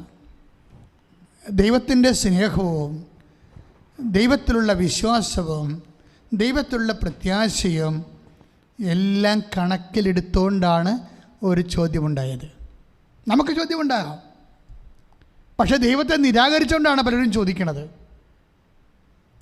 ദൈവം പ്രാർത്ഥനയ്ക്ക് ഉത്തരം നൽകുന്നില്ല, അല്ലെങ്കിൽ ഞാൻ പാപിയാണെന്നുള്ളൊരു കൺക്ലൂഷൻ എത്തിക്കൊണ്ട് നെഗറ്റീവായിട്ടാണ് ആൾക്കാർ ചോദ്യങ്ങൾ ചോദിക്കുന്നത്. അമ്മ പോസിറ്റീവായിട്ടാണ് ചോദ്യങ്ങൾ ചോദിക്കുന്നത്.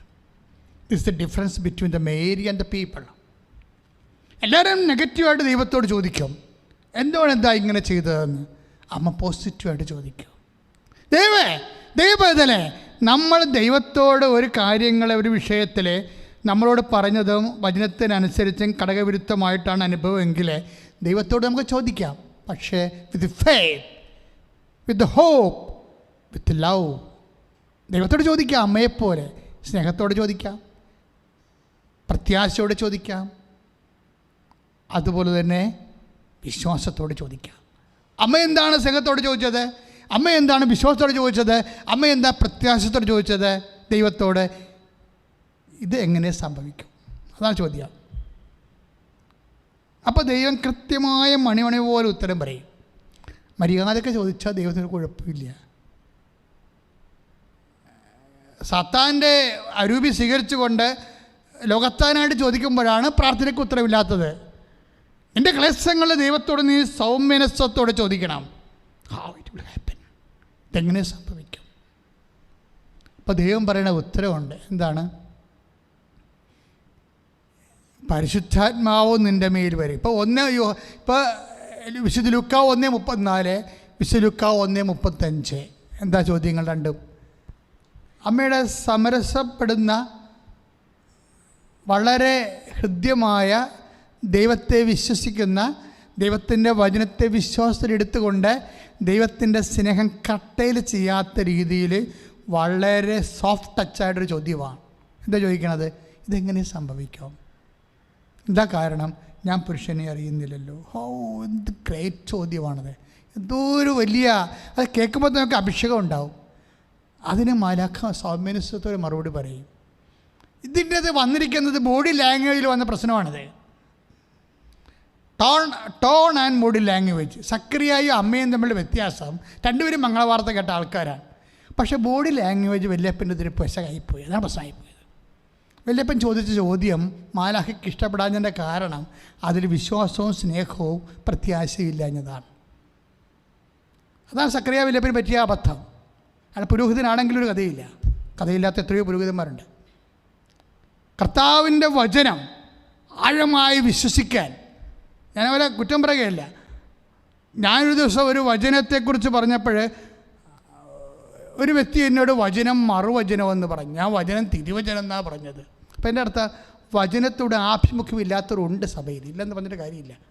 അവർ വേറെ രീതിയിലാണ് വചനത്തെ വ്യാഖ്യാനിക്കണതും കാണാൻ ശ്രമിക്കുന്നതും, അല്ലാതെ പരിശുദ്ധാത്മാവിൻ്റെ വഴികളിലല്ല.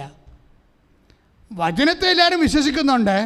പരിശുദ്ധാത്മാവിൻ്റെ നിറവോടും പരിശുദ്ധാത്മാവിൻ്റെ വഴികളോടും ദൈവത്തിൻ്റെ പദ്ധതികളോടും കൂടിയല്ലേ നമ്മുടെ രക്ഷാകര പദ്ധതിയല്ലേ വചനം. അല്ലാതെ ഓരോരോ സാമൂഹ്യ വിഷയം ഉണ്ടാകുമ്പോൾ അതിനൊക്കെ ദുർവ്യാഖ്യാനം ചെയ്യേണ്ടതാണ് വചനം. No, never. അപ്പോഴേ അങ്ങനെ വരുമ്പോഴുണ്ടാകുന്ന പ്രശ്നം, സക്രിയയ്ക്ക് പറ്റിയ അബദ്ധം എന്താണ്?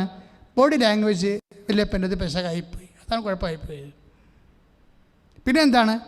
അങ്ങയുടെ ഫേസും ഒക്കെ പോയി കാണും, സ്റ്റോണൊക്കെ എല്ലാം പെശകായി കാണും. അതുകൊണ്ടാണ് ഗബ്രിയേൽ എടുത്തിട്ട് നിലത്തിട്ട് കുത്താൻ പോകുകയായിരുന്നു. പിന്നെ വേണ്ടെന്ന് വെച്ചിട്ട് പോകുന്നതാണ്. വലിയൊരു നല്ല കാര്യം കൊണ്ട് വന്നതാണ്, ആകപ്പാട് ചളവായി പിരിഞ്ഞത്. ദൈവം നമ്മുടെ അടുത്ത് നല്ല കാര്യം കൊണ്ട് വരുമ്പോഴും അത് ചളുവായി പോണത് നമ്മുടെ കയ്യിരിപ്പ് കൊണ്ടാണ്, വേറെ കുഴപ്പമില്ല എന്നത്. ഈ സക്കറിയായോട് പറഞ്ഞ അതേ കാര്യം തന്നെയാണ് മറിയത്തോട് പറയണത്. പക്ഷെ മറിയത്തിൻ്റെ ബോഡി ലാംഗ്വേജ് കറക്റ്റായിരുന്നു, മറിയത്തിൻ്റെ ടോൺ ഓഫ് വോയിസ് കറക്റ്റായിരുന്നു. ഇതെങ്ങനെ സംഭവിക്കും? എന്താണ് കാരണം? ഞാൻ പുരുഷനെ അറിയുന്നില്ലല്ലോ.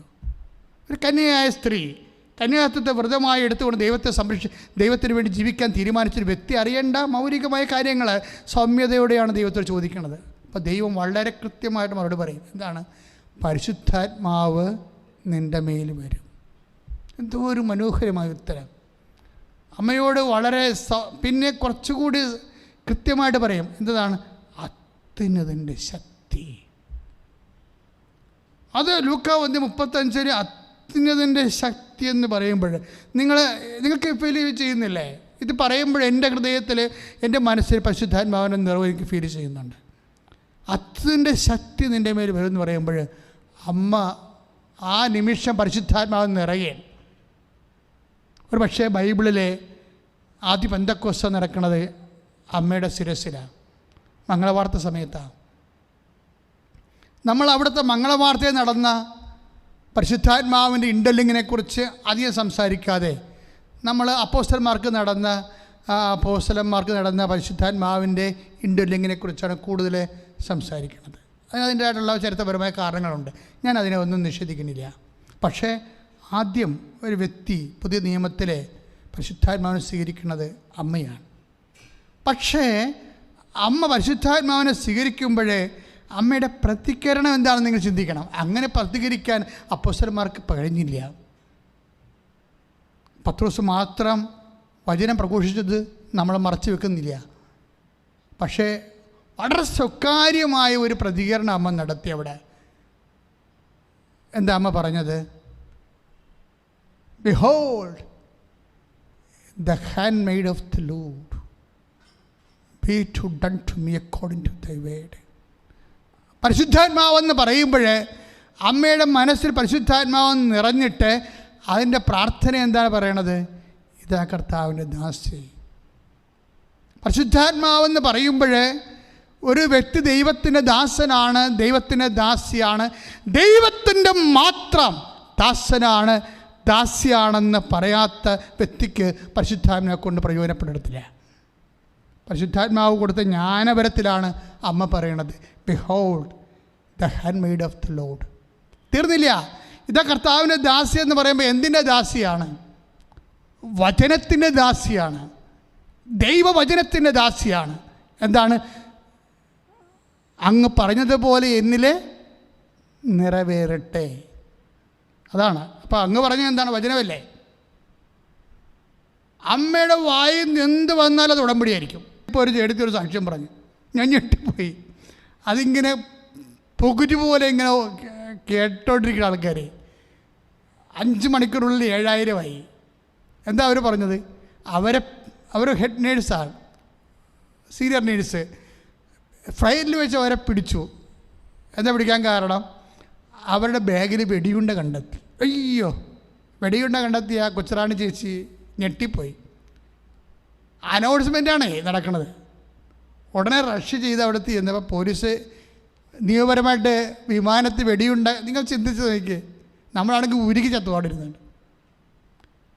ഈ മനുഷ്യത്തെ ആ സമയത്ത് വിളിച്ചത് എൻ്റെ കൃപാസനം മാതാവേ എന്നാണ് വിളിച്ചത്. അത് കേട്ടപ്പോൾ എനിക്ക് ഭയങ്കര ആഹ്ലാദം ഉണ്ടായി. എന്നുവെച്ചാൽ സ്വന്തം ബാഗിൽ വെടിയുണ്ട കണ്ട് വിമാനത്തിലാണ്, അല്ലാതെ ചായക്കട ഇരിക്കുമ്പോഴല്ലേ വിമാനത്തിലൊക്കെ വെടിയുണ്ട. നിയമം എന്താണ്? അപ്പത്തിനെ അറസ്റ്റ് ചെയ്ത് അകത്താക്കുക, അതാണ് നിയമം, രാജ്യത്തിൻ്റെ നിയമം. രണ്ടാമത്തെ എന്താണ്? 14 കൊല്ലം തടവാണ്. എൻ്റെ കൃപാസനം മാതാവേ, എൻ്റെ ദൈവത്തിലെ ഇന്ന് നിങ്ങൾക്ക് വിളിക്കാനൊരു അമ്മയുണ്ട്.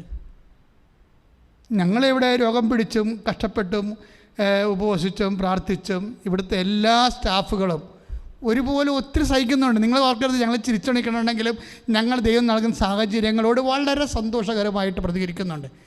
പക്ഷേ ഇതിനെ പ്രതികരിക്കുമ്പോഴൊക്കെ ഉണ്ടാണ് എന്താണ്? ജനങ്ങൾക്ക് ആശ്രയിക്കാനൊരു നാമം. എല്ലാവരും അമ്മയെ തള്ളിപ്പറഞ്ഞൊരു കാലം ഉണ്ടായിരുന്നു ഇവിടെ.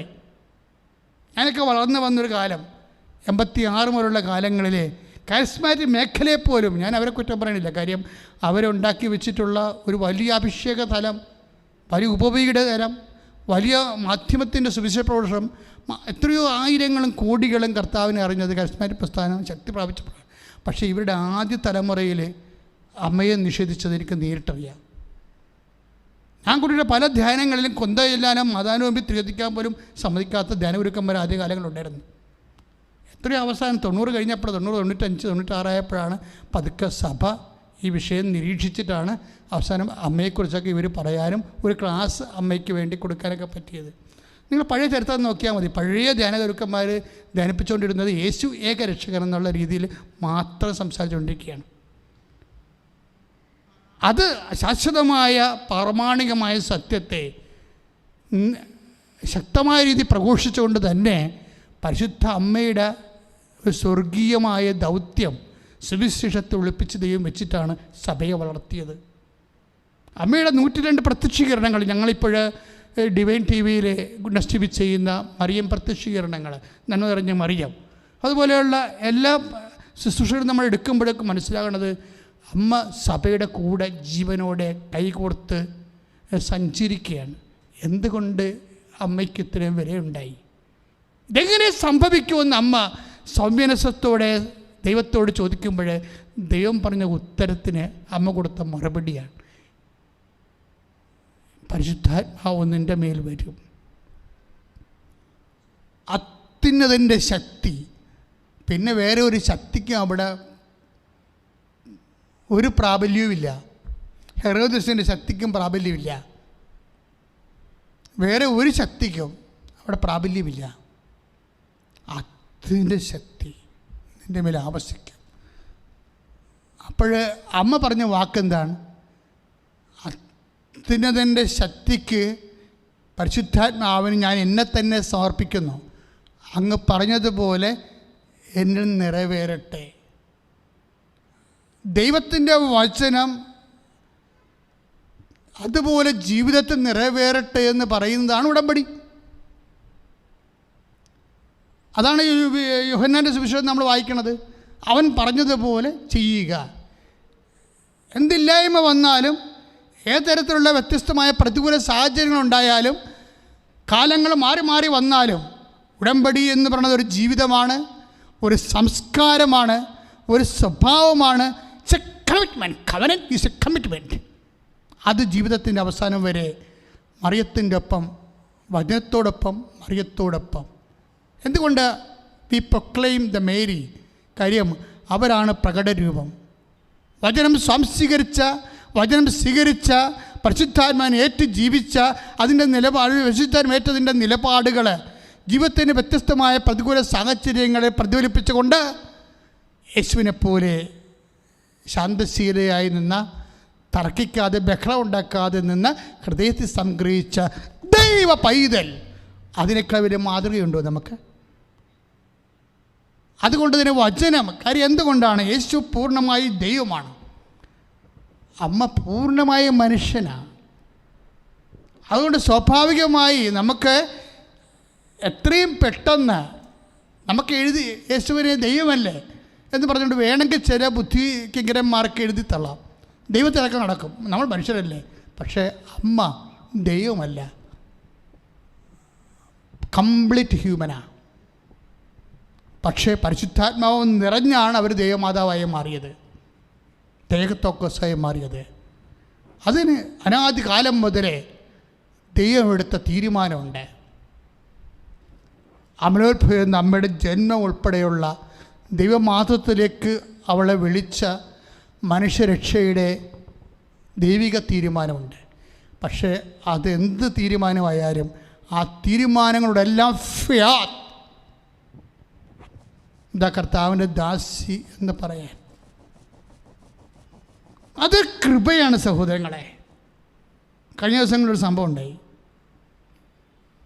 ഞാൻ ആ ഒരു സംഭവത്തെ അനുസ്മരിച്ചുകൊണ്ട് ശുശ്രൂഷ രോഗശാന്തി പ്രാർത്ഥനയിലേക്ക് പ്രവേശിക്കാൻ ആഗ്രഹിക്കുകയും എനിക്ക് ഭയങ്കര എന്നെ വല്ലാതെ വിഷമിപ്പിച്ച സംഭവം. അപ്പോൾ ഞാൻ അടുത്താടെ നിൽക്കുകയും ഒരമ്മച്ചി വന്നു. ഞാൻ എവിടെ നിന്നാണ് വന്നതെന്ന് പറയണില്ല, അവിടെ ബന്ധുക്കളൊക്കെ അത് കേൾക്കുന്ന കാരണമാണ് പറയാത്തത്. അവിടെ ഭർത്താവിൻ്റെ മരണം ഒരു ദാരുണമായ മരണമാണ്. എന്താ മരണം വെച്ചാൽ അവർക്ക് ഭർത്താവിനെ അസുഖമായിട്ട് ആശുപത്രി കൊണ്ടുപോയി. കൊറോണയാണെന്നും പറഞ്ഞ് ഈ മനുഷ്യനെ അന്നത്തെ രീതിയിലുള്ള ക്വാറൻറ്റൈനിലേക്ക് മാറ്റി. ഇന്ന് ക്വാറൻറ്റൈനൊക്കെ ആൾക്കാർ വീട്ടിലാണ് എടുക്കുന്നത്.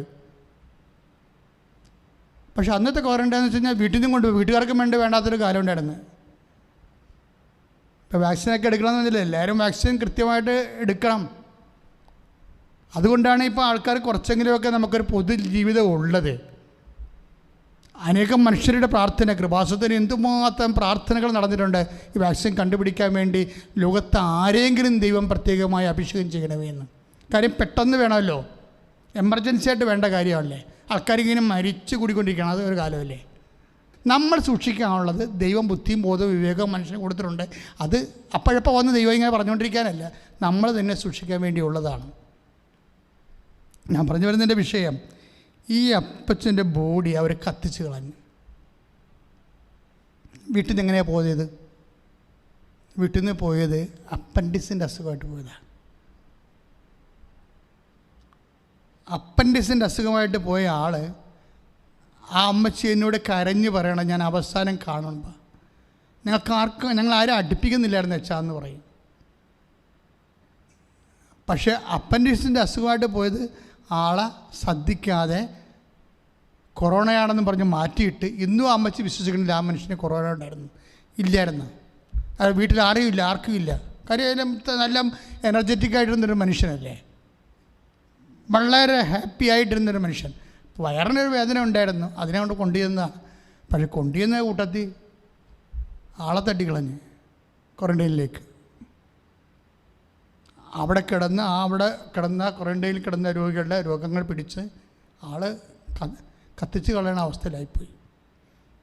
അപ്പോൾ കാണാൻ പോലും പറ്റിയില്ലെന്ന് പറയുമ്പോഴേ ഞാനിങ്ങനെ ഈ ലോകത്തിൻ്റെ ഉപ്പ് തൂണ് പോലെ നിൽക്കുകയാണ് കേട്ടിട്ട്. എനിക്കാണ് സഹിക്കാൻ പറ്റണില്ല. ഇങ്ങനെയൊക്കെ നടക്കണില്ല നമ്മുടെ ലോകത്തുനിന്ന്. അപ്പോൾ ഞാൻ നിങ്ങൾക്ക് പറയണമെങ്കിലേ, നിങ്ങളുടെ ഭർത്താവാണ് ഇങ്ങനെ നിങ്ങളോട് ചിരിച്ചുകൊണ്ട് ആശുപത്രിയിലോട്ട് പോയിട്ട് തിരിച്ച് കത്തിച്ച് പോയെന്ന് പറഞ്ഞാൽ നിങ്ങൾക്ക് എന്ത് തോന്നും?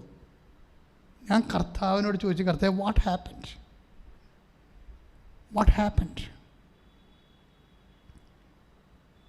അമ്മ ഇതെങ്ങനെ സംഭവിക്കുമെന്ന് അമ്മ ചോദിച്ചത്. ഞാൻ ചോദിച്ചത് എങ്ങനെ സംഭവിച്ചോ എന്നാണ് ചോദിച്ചത്. രണ്ടും ചോദ്യം ഒന്ന് തന്നെ. ഞാൻ യേശുവിനോട് സ്നേഹത്തോടെ തന്നെയാണ് ചോദിച്ചത്. കാര്യം എന്താണെന്നറിയാം, ഇതുപോലെയുള്ള സങ്കടക്കാർ ഇനി വന്നാൽ ഞാൻ എന്ത് പറഞ്ഞു കൊടുക്കുമോ അവരോട്? എന്ത് പറഞ്ഞ് അവരെ ആശ്വസിപ്പിക്കുമോ? എനിക്കറിയാൻ പാടില്ല. ഞാൻ അവർ പോയി കഴിഞ്ഞപ്പോൾ തന്നെ കർത്താവിൻ്റെ ആൾത്താരെ കർത്താവിൻ്റെ കാര്യം കെട്ടിവിടും. ഞാൻ ജീസസ് വാട്ട് ഹാപ്പൻഡ്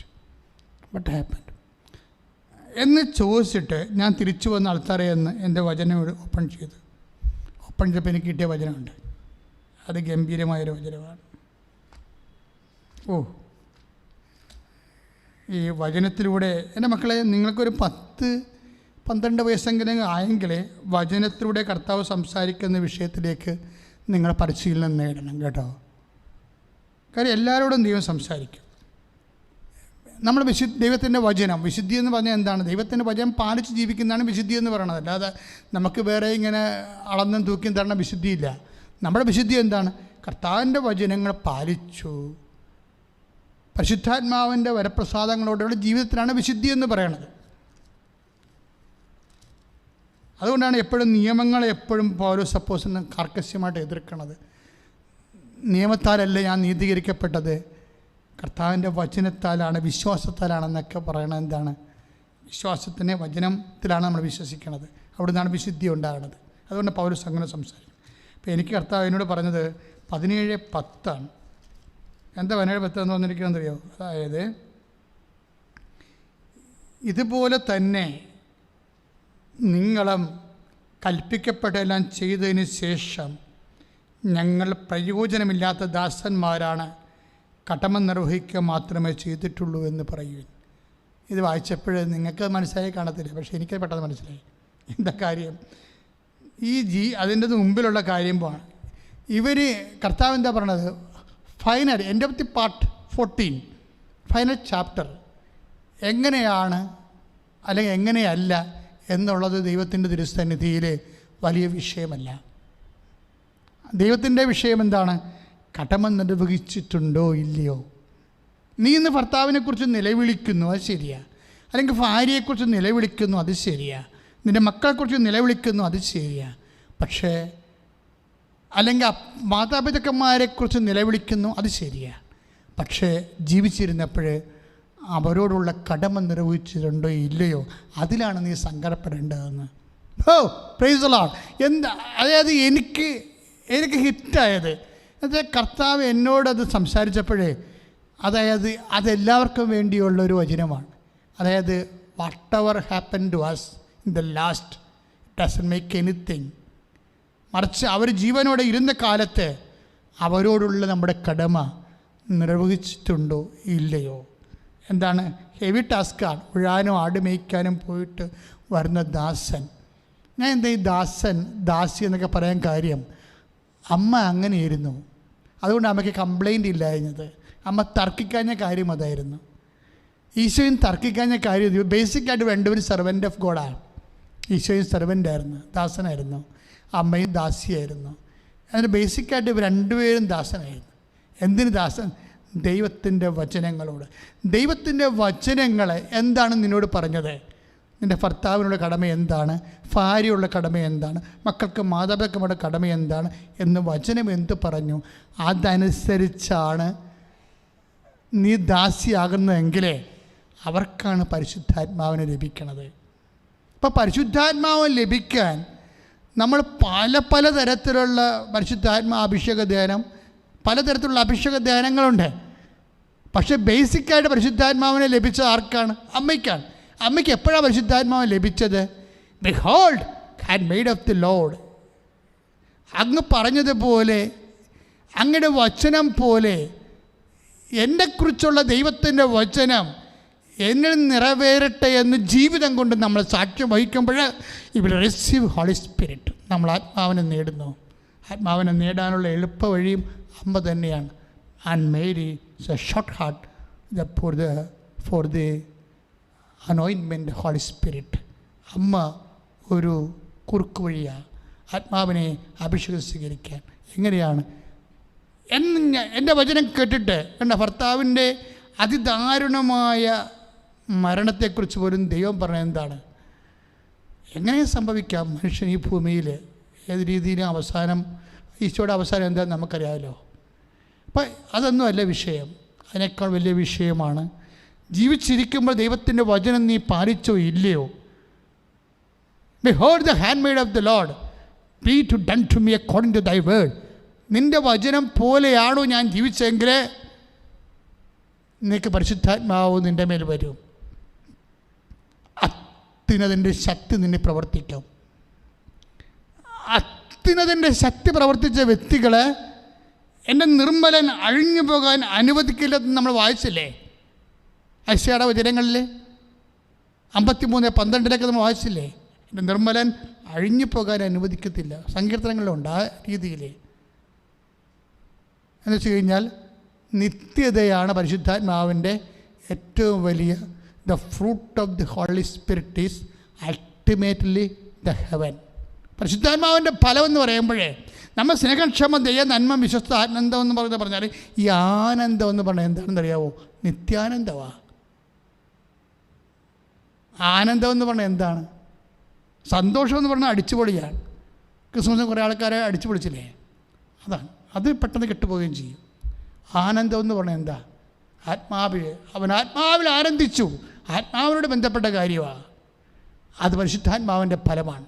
അത് നിത്യ വരെ നമ്മൾ എത്തിക്കുന്ന നിത്യതയുടെ അച്ചാരം മാത്രമല്ല, അതിൻ്റെ ഓഹരിയാണ്. നിത്യതയുടെ ഓഹരിയാണ് പരിശുദ്ധാത്മാവ്.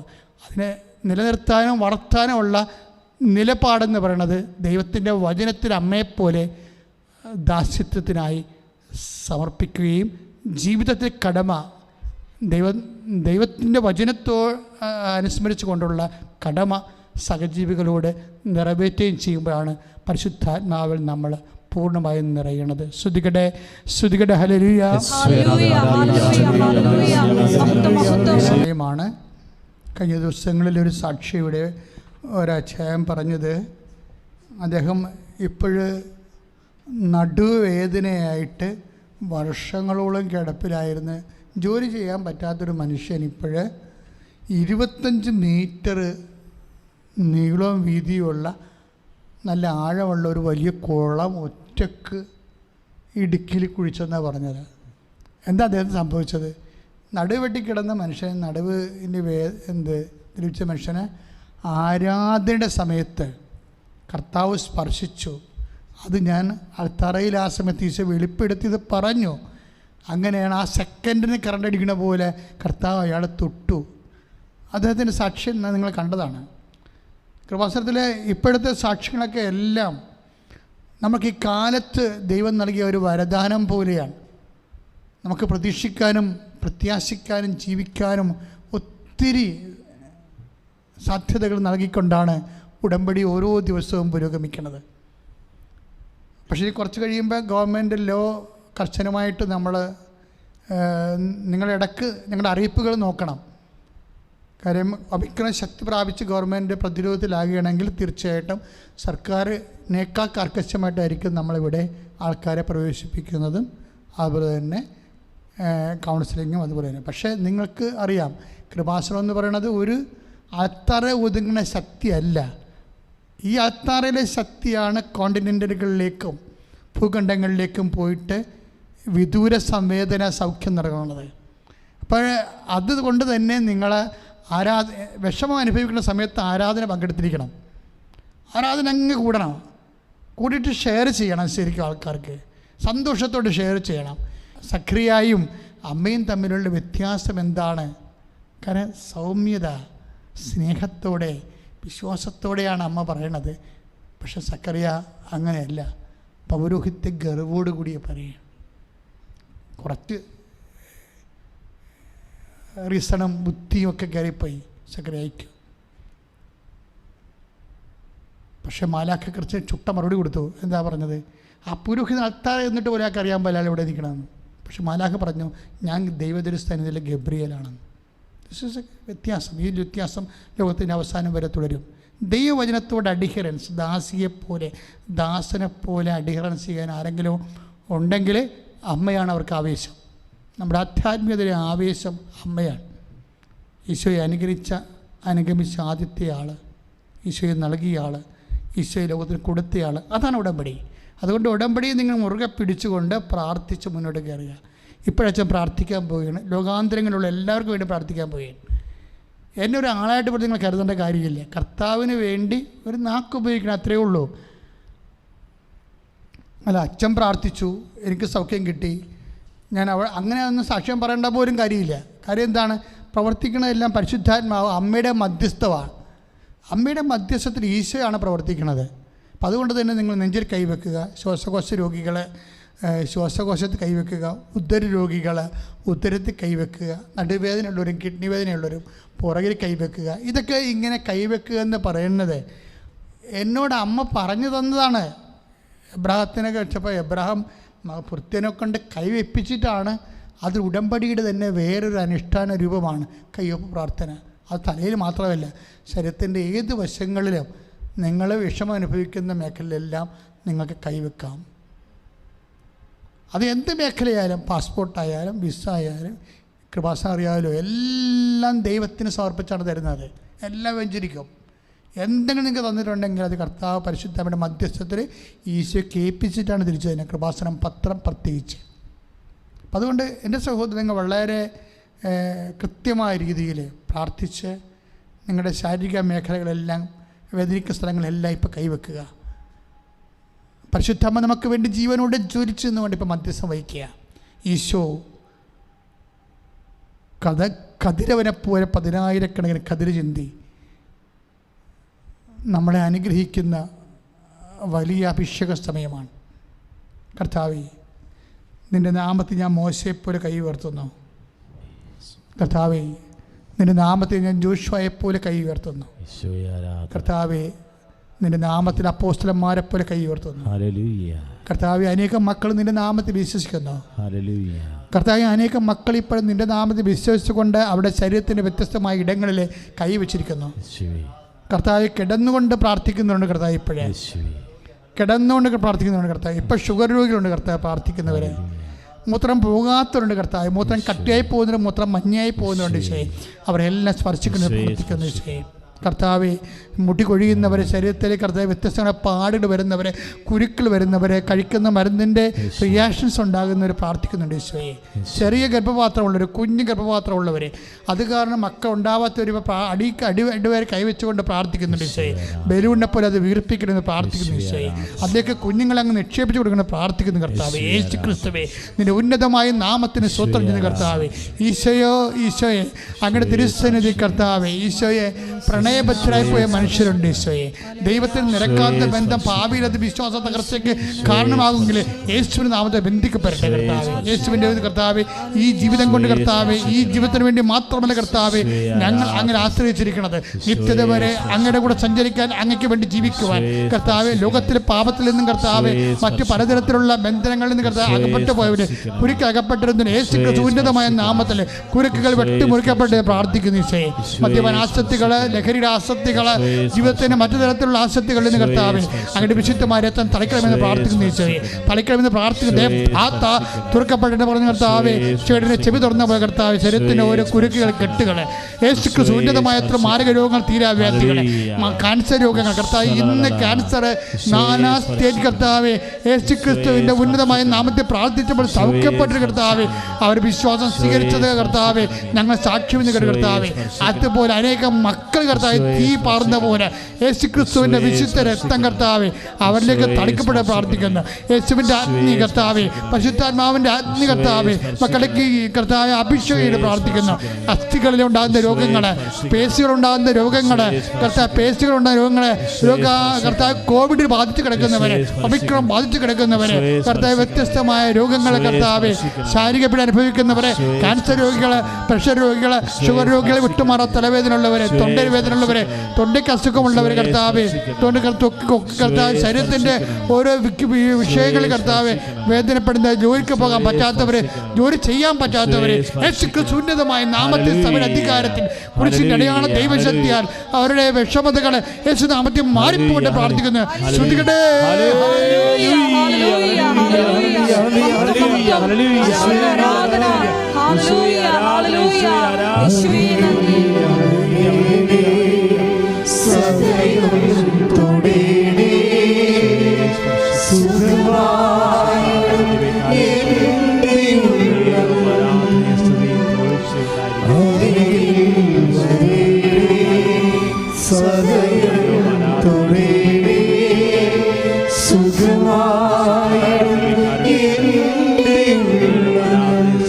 പരിശുദ്ധ പരമദിവ്യകാരുണ്യത്തിന്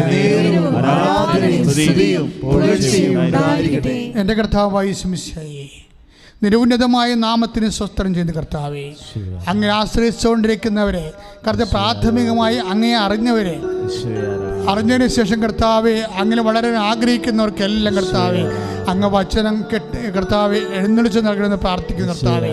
അവർക്ക് വചനം കൊടുക്കണമേ കർത്താവെ. ഈശോയെ പ്രിലിമിനറി വിശ്വാസത്തിലിരിക്കുന്നവരെല്ലാം നീ ഏറ്റെടുക്കണമെന്ന് പ്രാർത്ഥിച്ചേ കർത്താവ്. അവരെ അനുഗ്രഹിക്കണം കർത്താവെ. സ്രാവരോഗികളെല്ലാം സമർപ്പിച്ച് പ്രാർത്ഥിക്കുന്നു. രക്തസാര രോഗികൾ, മൂത്രം വിട്ടുവിട്ട് പോകുന്നത്, മൂത്രം നിയന്ത്രണമില്ലാതെ പോകുന്നത്, മലം നിയന്ത്രണമില്ലാതെ പോകുന്നവരെ കർത്താവെ, പല സ്ഥലങ്ങളിൽ നിന്നും പഴുപ്പുകളും കർത്താവ്, ചെവികളിൽ നിന്ന് പഴുപ്പ് പോകുന്നവരെ, തൊണ്ടവേദന രോഗമുള്ളവർ കർത്താവ്, ശരീരത്തിൽ മുഴയുള്ളവരെ എല്ലാവരും നീ ആശ്രയിച്ച് പ്രാർത്ഥിക്കുന്നു കർത്താവ്. ഈശോ ജോലി ഇല്ലാത്തവർ, ജോലിക്ക് വേണ്ടി അന്വേഷിക്കുന്നവർ, ജോലിക്ക് വേണ്ടി പോകുന്നവർ, ജോലി കർത്താവ്, ജോലി സംബന്ധമായ വിഷയങ്ങൾ ടെസ്റ്റ് ചെയ്യുന്നവർ, ഇൻ്റർവ്യൂ എഴുതുന്നവർ, നൈപുണ്യ പരീക്ഷകൾ, മത്സര പരീക്ഷകൾ, യോഗ്യതാ പരീക്ഷകളെല്ലാം എഴുതുന്നവർ കർത്താവ് അങ്ങ് സ്പർശിക്കണം പ്രാർത്ഥന. ഇതിനെല്ലാം വേണ്ടി ഉടമ്പടി എടുത്തവരെ, ഉടമ്പടി എടുക്കാൻ പോകുന്നവർ കർത്താവ് അവരെല്ലാം സാക്ഷികളാക്കി മാറ്റണമെന്ന് പ്രാർത്ഥിക്കുന്നു. കർത്താവ്, സാമ്പത്തികമായ തകർച്ചകൾ, വരുമാന മാർഗമില്ലാത്തവർ കർത്താവ്, വഴിയില്ലാത്തവർ, വീടില്ലാത്തവർ കർത്താവ്, നടന്ന വഴികളിൽ എപ്പോഴും കലഹങ്ങളും സംഘർഷങ്ങളും സംഘട്ടനങ്ങളും ഉണ്ടായിട്ട് കർത്താവ്, കേസ് അകപ്പെട്ടിരിക്കുന്നവർ എല്ലാവരെയും വിടുവിക്കണമെന്ന് പ്രാർത്ഥിക്കുന്നു. ജീവിത പങ്കാളി കർത്താവ്, കുടുംബത്തിലുള്ളവർ, വരുമാന മാർഗമുള്ളവർ കർത്താവ്, അകപ്പെട്ടു പോയിരിക്കുന്ന അവസ്ഥകളിൽ കർത്താവ്, കടമയെടുത്ത് കഴിയുന്ന കുടുംബങ്ങളെ നീ ഏറ്റെടുക്കണമെന്ന് പ്രാർത്ഥിക്കുന്ന കർത്താവെ, മക്കൾ ദൈവവിശ്വാസം കുറഞ്ഞു പോയവരെ, ദൈവവിശ്വാസം നഷ്ടപ്പെട്ടുകൊണ്ടിരിക്കുന്നവരെ കർത്താവെ, അവരെ ഏറ്റെടുക്കാൻ പ്രാർത്ഥിക്കുന്ന വിവാഹ തടസ്സങ്ങളെ കർത്താവെ, അവരെ സ്പർശിക്കണമെന്ന് പ്രാർത്ഥിക്കുന്ന കർത്താവെ, എൻ്റെ കർത്താവിൻ്റെ ഉന്നതമായ നാമത്തിൽ സഭയുടെ അധികാരത്തിൽ കുറിച്ചിട്ട് അടയാളത്തിൽ മാർഗ ജീവിത ദുരിതങ്ങൾ തടസ്സങ്ങൾ യേശുവിന്റെ ഉന്നതമായ നാമത്തിൽ മാറിപ്പോകട്ടെ. ശ്രുതിക്കട്ടെ. ഹരേ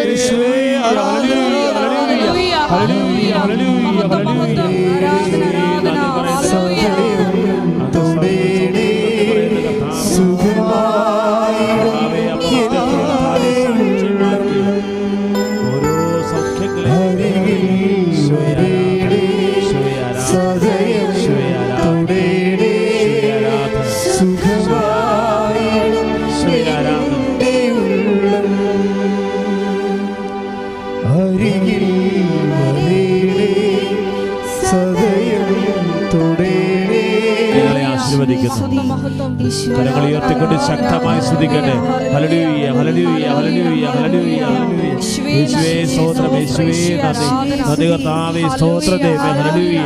ഇത് കർത്താവ് നമ്മളെ ആശീർവദിക്കുക. ഉടമ്പടിയുടെ ഓരോ നിയോഗങ്ങളുടെ മേല് നിങ്ങൾ സമർപ്പിച്ച 6 നിയോഗങ്ങളുടെ മേല്, ഉടമ്പടി പുതുക്കി സമർപ്പിച്ച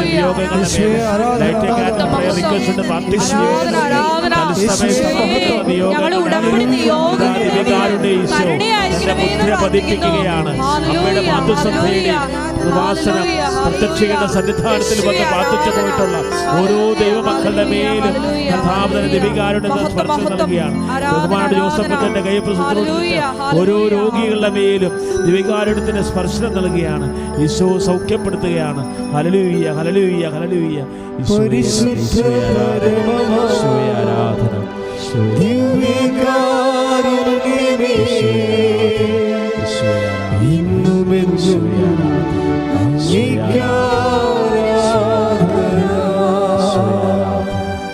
പരിശുദ്ധ പരമമാ ദിവ്യകാരുണ്യമേ